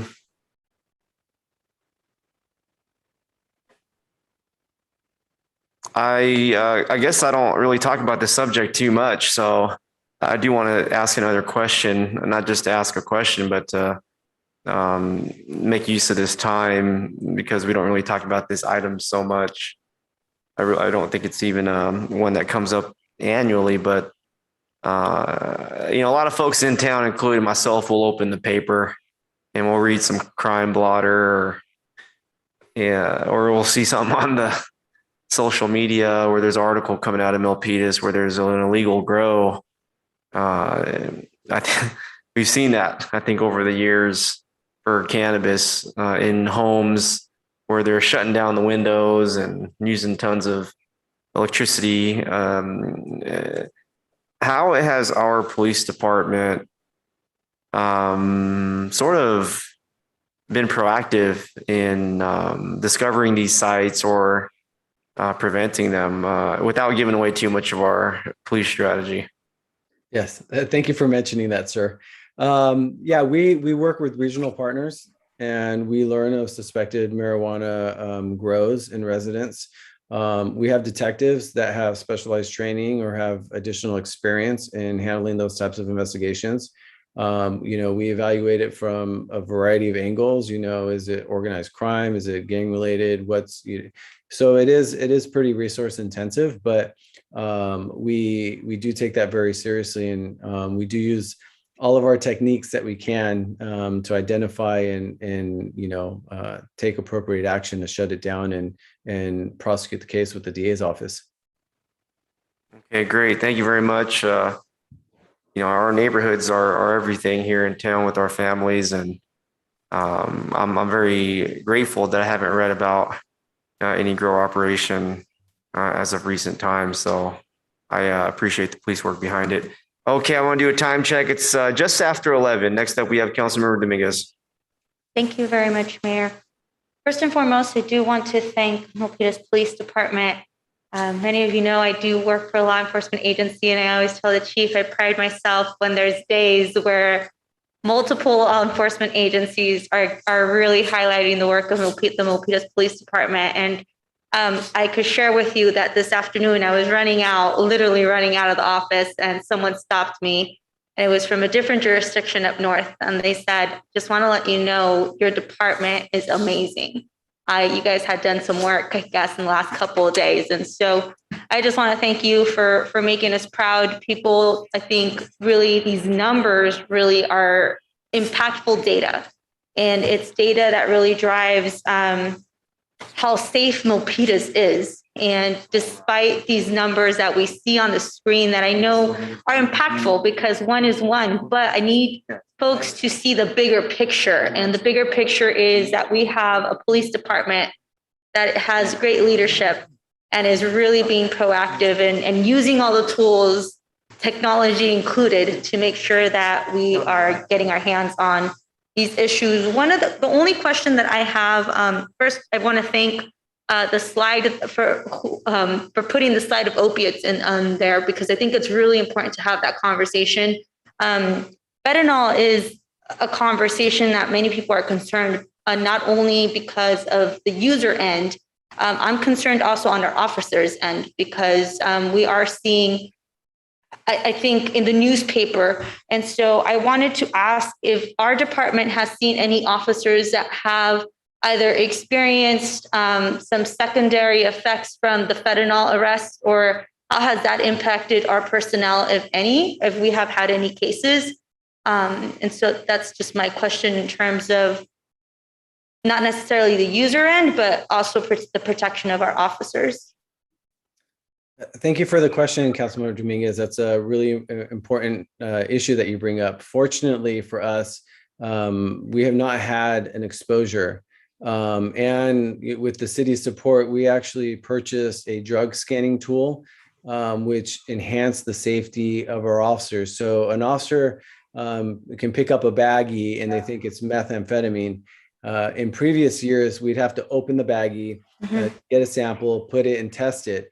Now with our drug scanning device, an officer doesn't have to do that. So the risk to not only the officer, but even our civilian staff that may be at the police department when something's being tested can be done in a much safer manner. And I do really credit that device to help prevent, a potential tragedy with an exposure to our staff.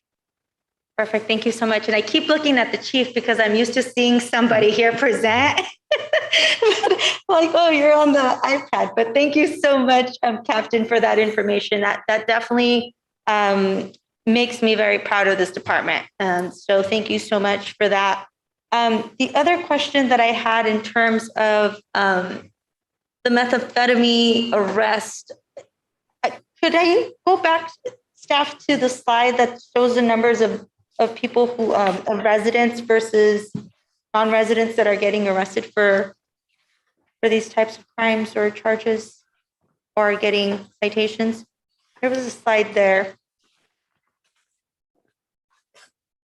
I think it was right before. It may be slide 8, maybe somewhere around there.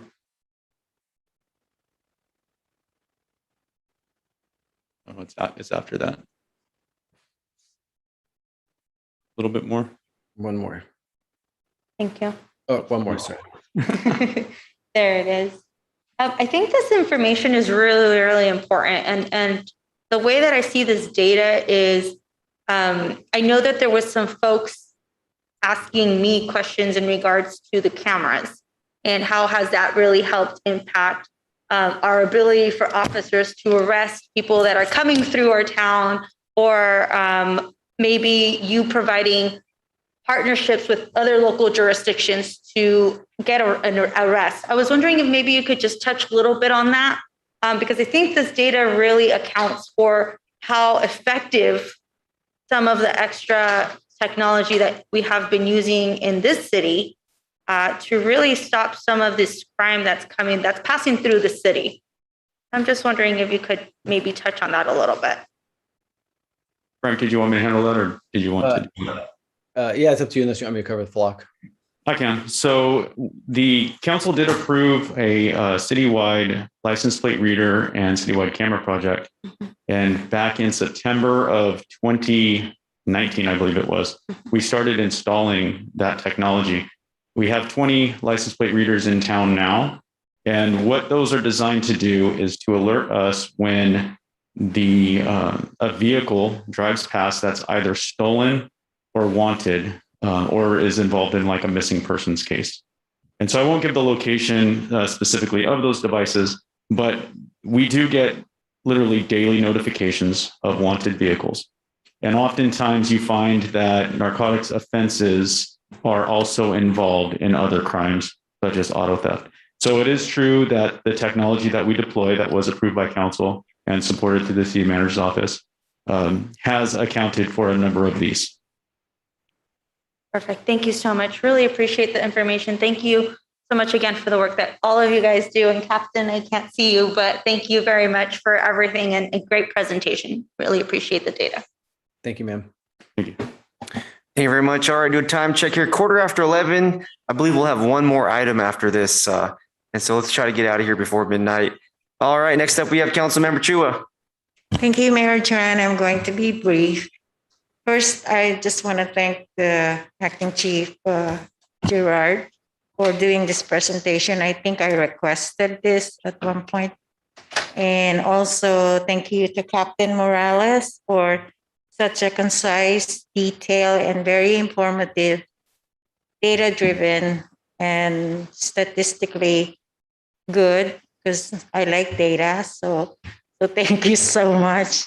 That's all I wanted to say. Thank you so much. It's really good information. Thank you, ma'am. Thank you, Mayor. Thank you very much, Councilmember Chua. Next up we have Councilmember Fan. Thank you. I'll also try to be brief. Excellent presentation, Captain, and thank you for all the work, Jared, that you and your team, your entire department is doing. Well, first off, how are the drones working out for you guys? Does that help assist in pursuing these drug-related offenses? So I'll answer that as well. The drones are, unmanned aircraft systems is what we call them in-house, commonly known as drones.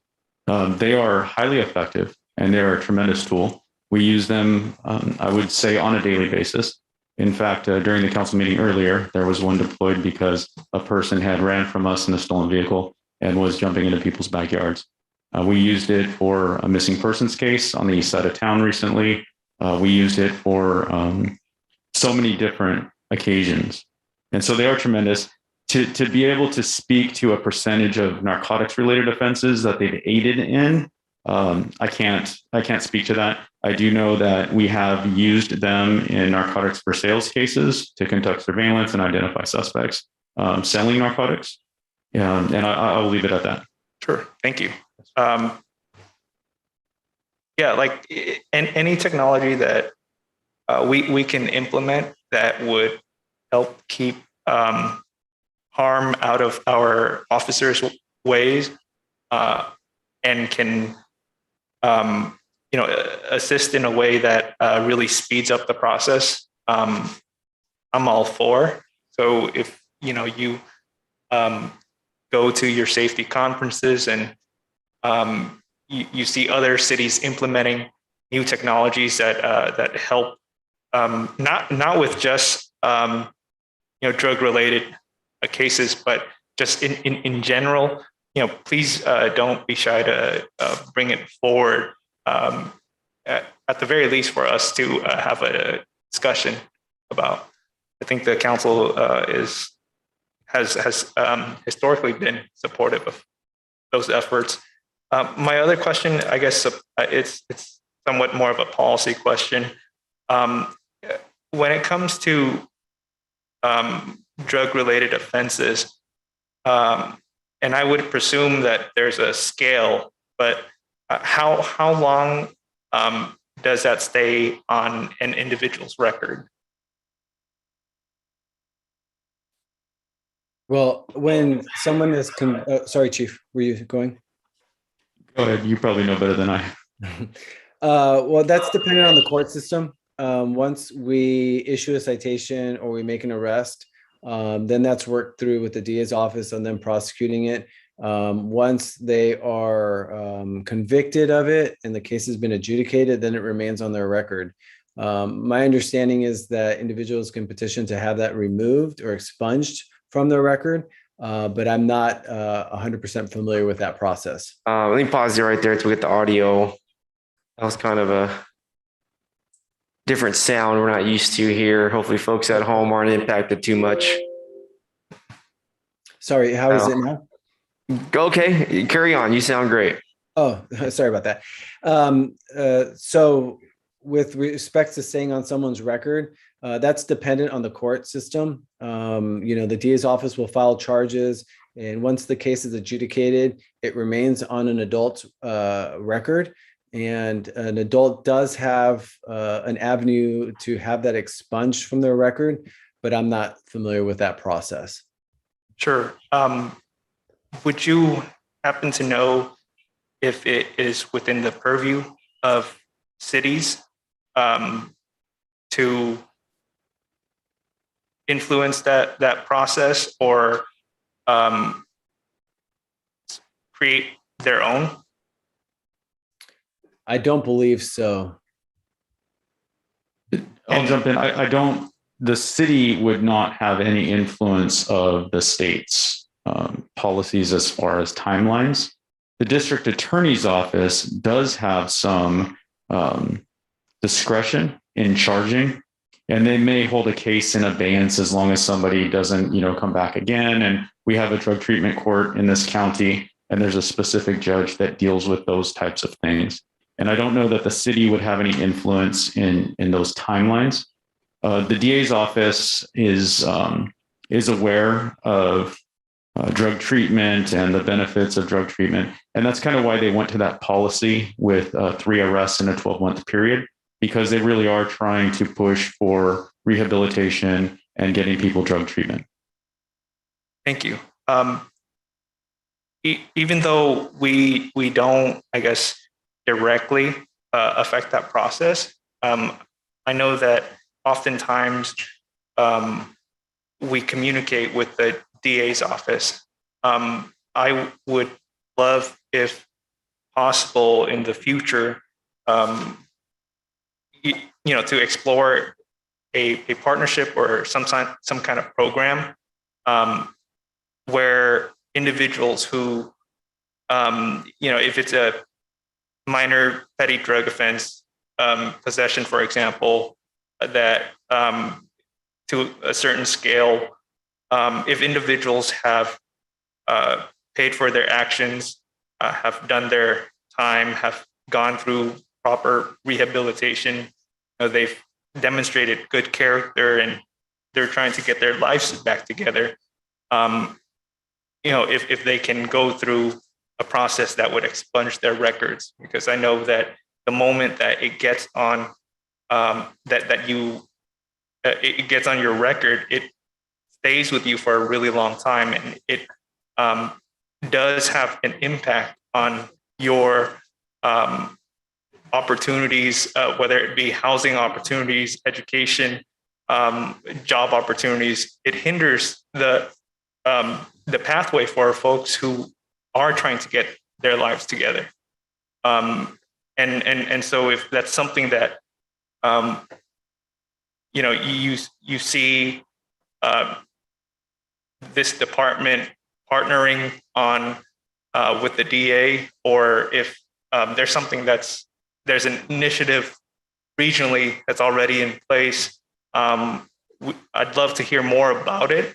I've always believed in restorative justice, that individuals can change, that sometimes people just make mistakes, and they just need some guidance. And I think we can play a huge role in, changing the future for well, a lot of these young people, but really just a lot of misguided folks. I appreciate that. And that is something that we can look at. Thank you very much. Okay, and we'll go to the Vice Mayor as we come to a conclusion here with receiving this report. Go ahead, Vice Mayor Montano. Yeah, thank you, Mayor. Just want to say thank you, Officer Morales, and thank you, Chief, for the presentations. I'm really glad that you have the license plate trackers. I think that I'm so glad that we funded that because that's probably what keeps our city safe.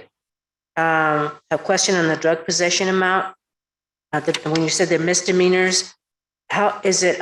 How much of an amount is it? If it's just a little bit, or when do they get arrested? What constitutes an arrest? It can depend. Generally speaking, under 10 grams is usually handled as a misdemeanor. However, if the amounts start going above that, or there's indicia or other items that indicate that drug sales may be in place, then we would pursue the felony drug charge. So it's essentially simple possession for their personal use is the misdemeanor. If it's above that and it appears that it's being, the purpose is for sales, then it would be treated as a felony sales case.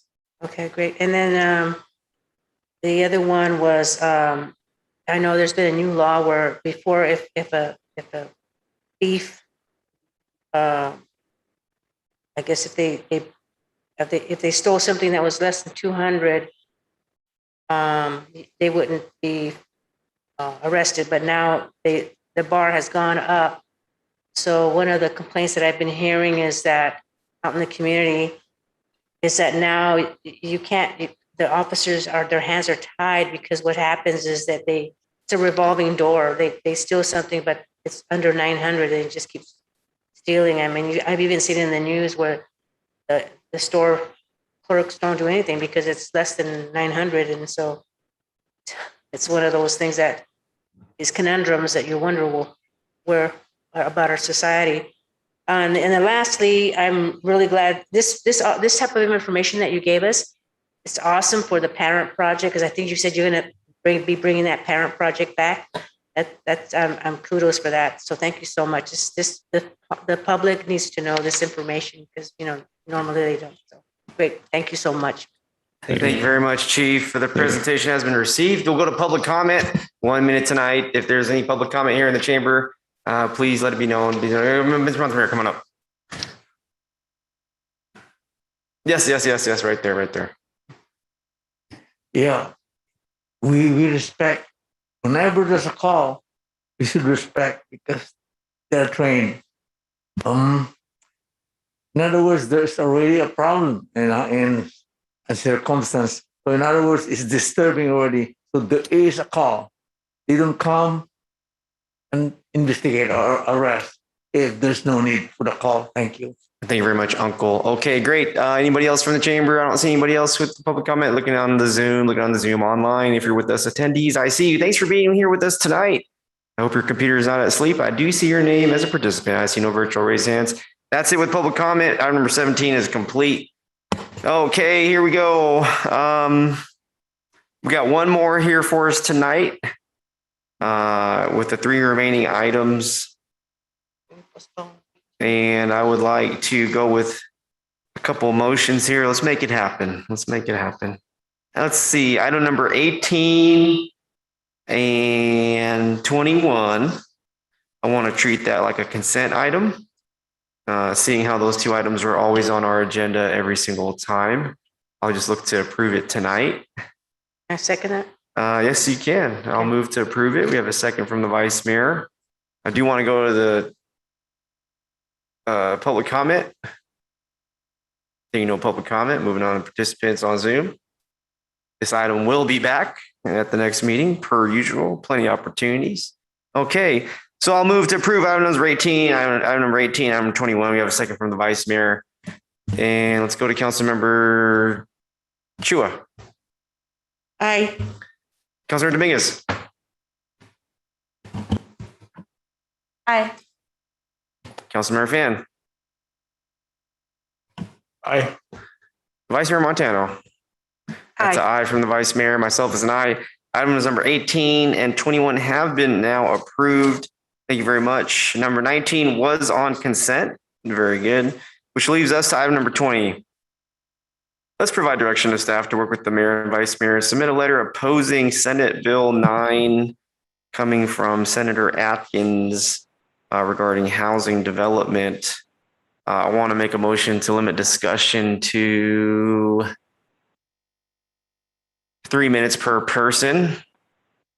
Okay, any objections? Okay, Councilmember Dominguez. Does that include clarifying questions?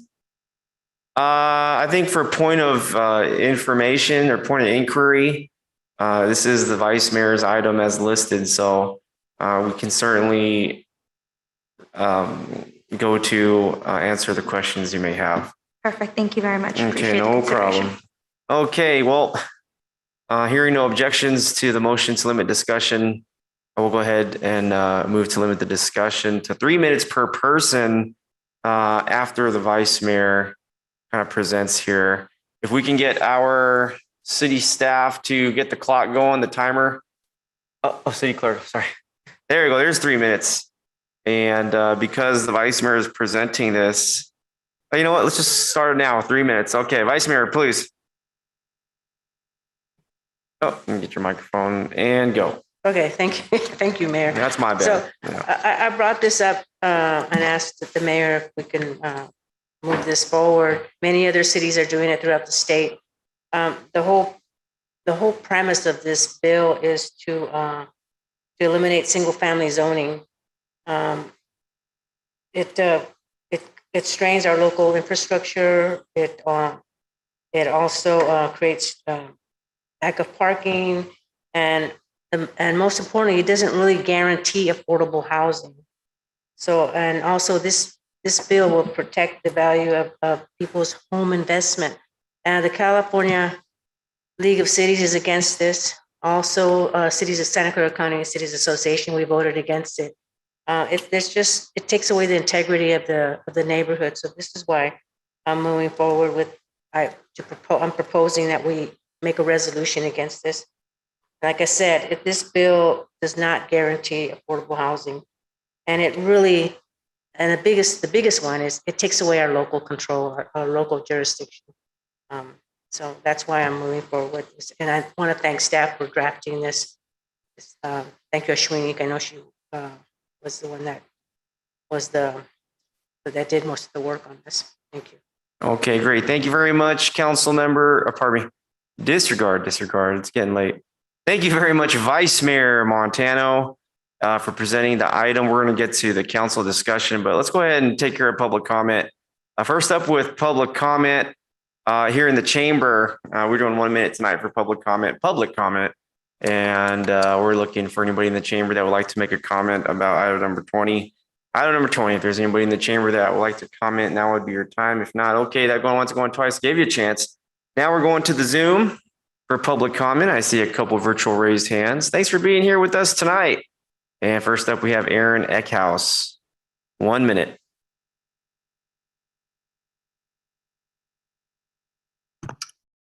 Hello, can you hear me? Welcome. Thank you. My name is Aaron Eckhouse. I'm the Regional Policy Manager with California YIMBY, Yes in My Backyard. Calling in support of SB 9, submitted this morning a letter along with the Silicon Valley Leadership Group, the Housing Action Coalition, SPUR, and the Silicon Valley at Home Action Fund. I'll add to that, we weren't able to get them on this morning, but they've joined since the Bay Area Council. Urging you to reject this motion to oppose SB 9.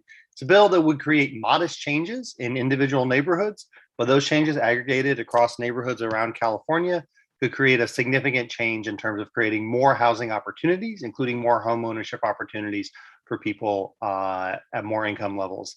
So I hope you will not oppose this bill. I don't think it will undermine the integrity of your neighborhoods.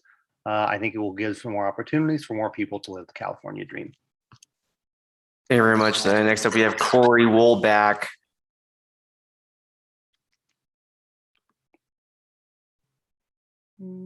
Hi there. Can you hear me? Yes, yes, welcome. Great. Hi there. My name is Corey Wilbach from the Silicon Valley at Home Action Fund, also a former member of the Palo Alto City Council. Thank you very much for having this discussion this evening.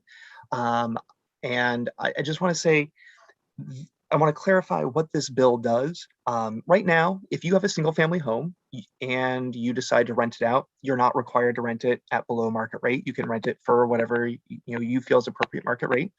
Right now, you can add an accessory dwelling unit and a junior accessory dwelling unit to your home today as a homeowner. You have that right.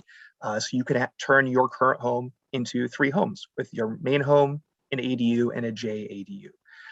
If SB 9 passes, you could, instead of having up to 3 homes on your property, you could have up to 4, because you could turn your home into a duplex, or you could split your home into 2 separate properties, or you could do both for a maximum of 4 units. However, the city of Milpitas, if this bill passes, could require that somebody still live in that home, and that means this bill could not be exploited by developers. It also would not apply. Thank you very much. Thank you very much. Appreciate you. Thank you for being with us here towards the end of the day, almost at midnight. Thank you very much to all our public comment folks who are with us. I hear your passion for the issue. All right, I'll go up next to go ahead and start my timer. City Clerk, please. Okay, great. I'm looking to approve item number 20, which is to oppose Senate Bill 9. I think every city in California is different, and I know our city and our residents feel strongly about.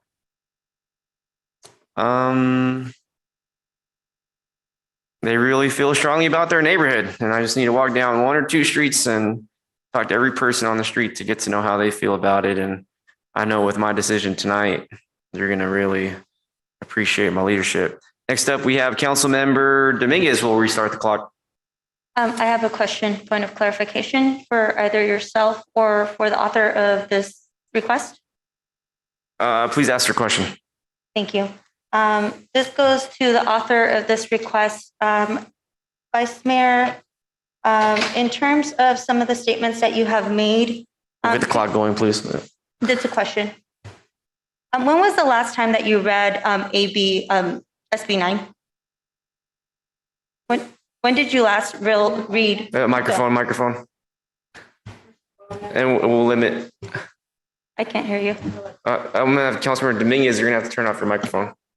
I'm not going to answer that question because, first of all, it seems like you're. Point of order. One person at a time. Microphone is the vice mayor's. No, I'm not going to answer the question. I mean, why do I have to explain to you when was the last time I read this bill? Okay. So a point proven. The vice mayor has responded with an answer. And so back to Councilmember Dominguez. Do you have a point of information, or would you like to use your time allotted to speak? Okay, Vice Mayor, can you turn off your microphone, please, Vice Mayor? Yeah, sorry, it's my duty here. Okay, back to Councilmember Dominguez. Would you like to use your allotted time or do a point of inquiry or I information? would go ahead and ask at this time to go ahead and use my allotted time, please. Okay, go ahead and restart that clock. Thank you. Thank you very much. For the audience, I want to clarify that when I asked the author of this bill or this that's before us, she said she wasn't going to answer the question. The reason I asked the question is because there was a modification through the Assembly Appropriations that happened yesterday, where this request came through us. And so if the vice mayor is not aware, she's asking us to vote on something that she has not read the latest on, which actually gives full local control back into the city of Milpitas. What this bill actually does, it allows us to give affordable housing to those in the middle. People like myself who are still living with their parents at the age of almost 40 because this place is so expensive. It does not take away local control, and it definitely does not take away the integrity of our neighborhoods. In fact, it adds to our neighborhoods because it adds inclusivity, making sure that nobody is left behind. It is shameful that we are asking this council to write a letter to oppose a bill where the author of this request hasn't even read the latest that came through at 2:00 through the assembly appropriations that actually has modified the request to ensure the integrity of the neighborhoods, inclusivity, and making sure that there's no more than 2 units on the household. And they've actually are having conversations to ensure that this does not move into investors, that it stays in the hands of those that live in those cities. And how is that going to happen? It's going to happen in 2 ways. One, they are actually having the conversation of making sure that those who are living there, that they actually own it, live there for an allotted amount of time. This would allow people from Milpitas to stay in Milpitas, and it would allow affordability for the middle class, for working class families like myself that cannot move out of her parents' house because I am working in public service. And so I think it is really unfortunate that the author of this request has not even read what she is asking us to vote on. I think it's disrespectful. I think it's disrespectful to our viewers, and I think it's disrespectful to our, excuse me, I'm speaking. Point of order. We ask for some basic civility, and please focus on the issue that it's agendized, rather than any subjective view of any one of the council members or elected officials. Thank you. Carry on. Thank you very much. I still think it's very irresponsible for any leader in the city to bring and try to move away from providing affordable housing to those who cannot afford to live in Milpitas and move a request forward that they haven't even read themselves. Thank you so much for the time. And I hope that our viewers are watching the way that we are managing this council. It's not about civility. It's about speaking truth to power. And if something is going to take up my time and take the time of our viewers, we need to make sure we have our information correctly. So thank you very much for the time. All right, next up we have Councilmember Fan. Go ahead and start that clock. Sure. I was hoping we could spend more time discussing this. It's a bill that would affect the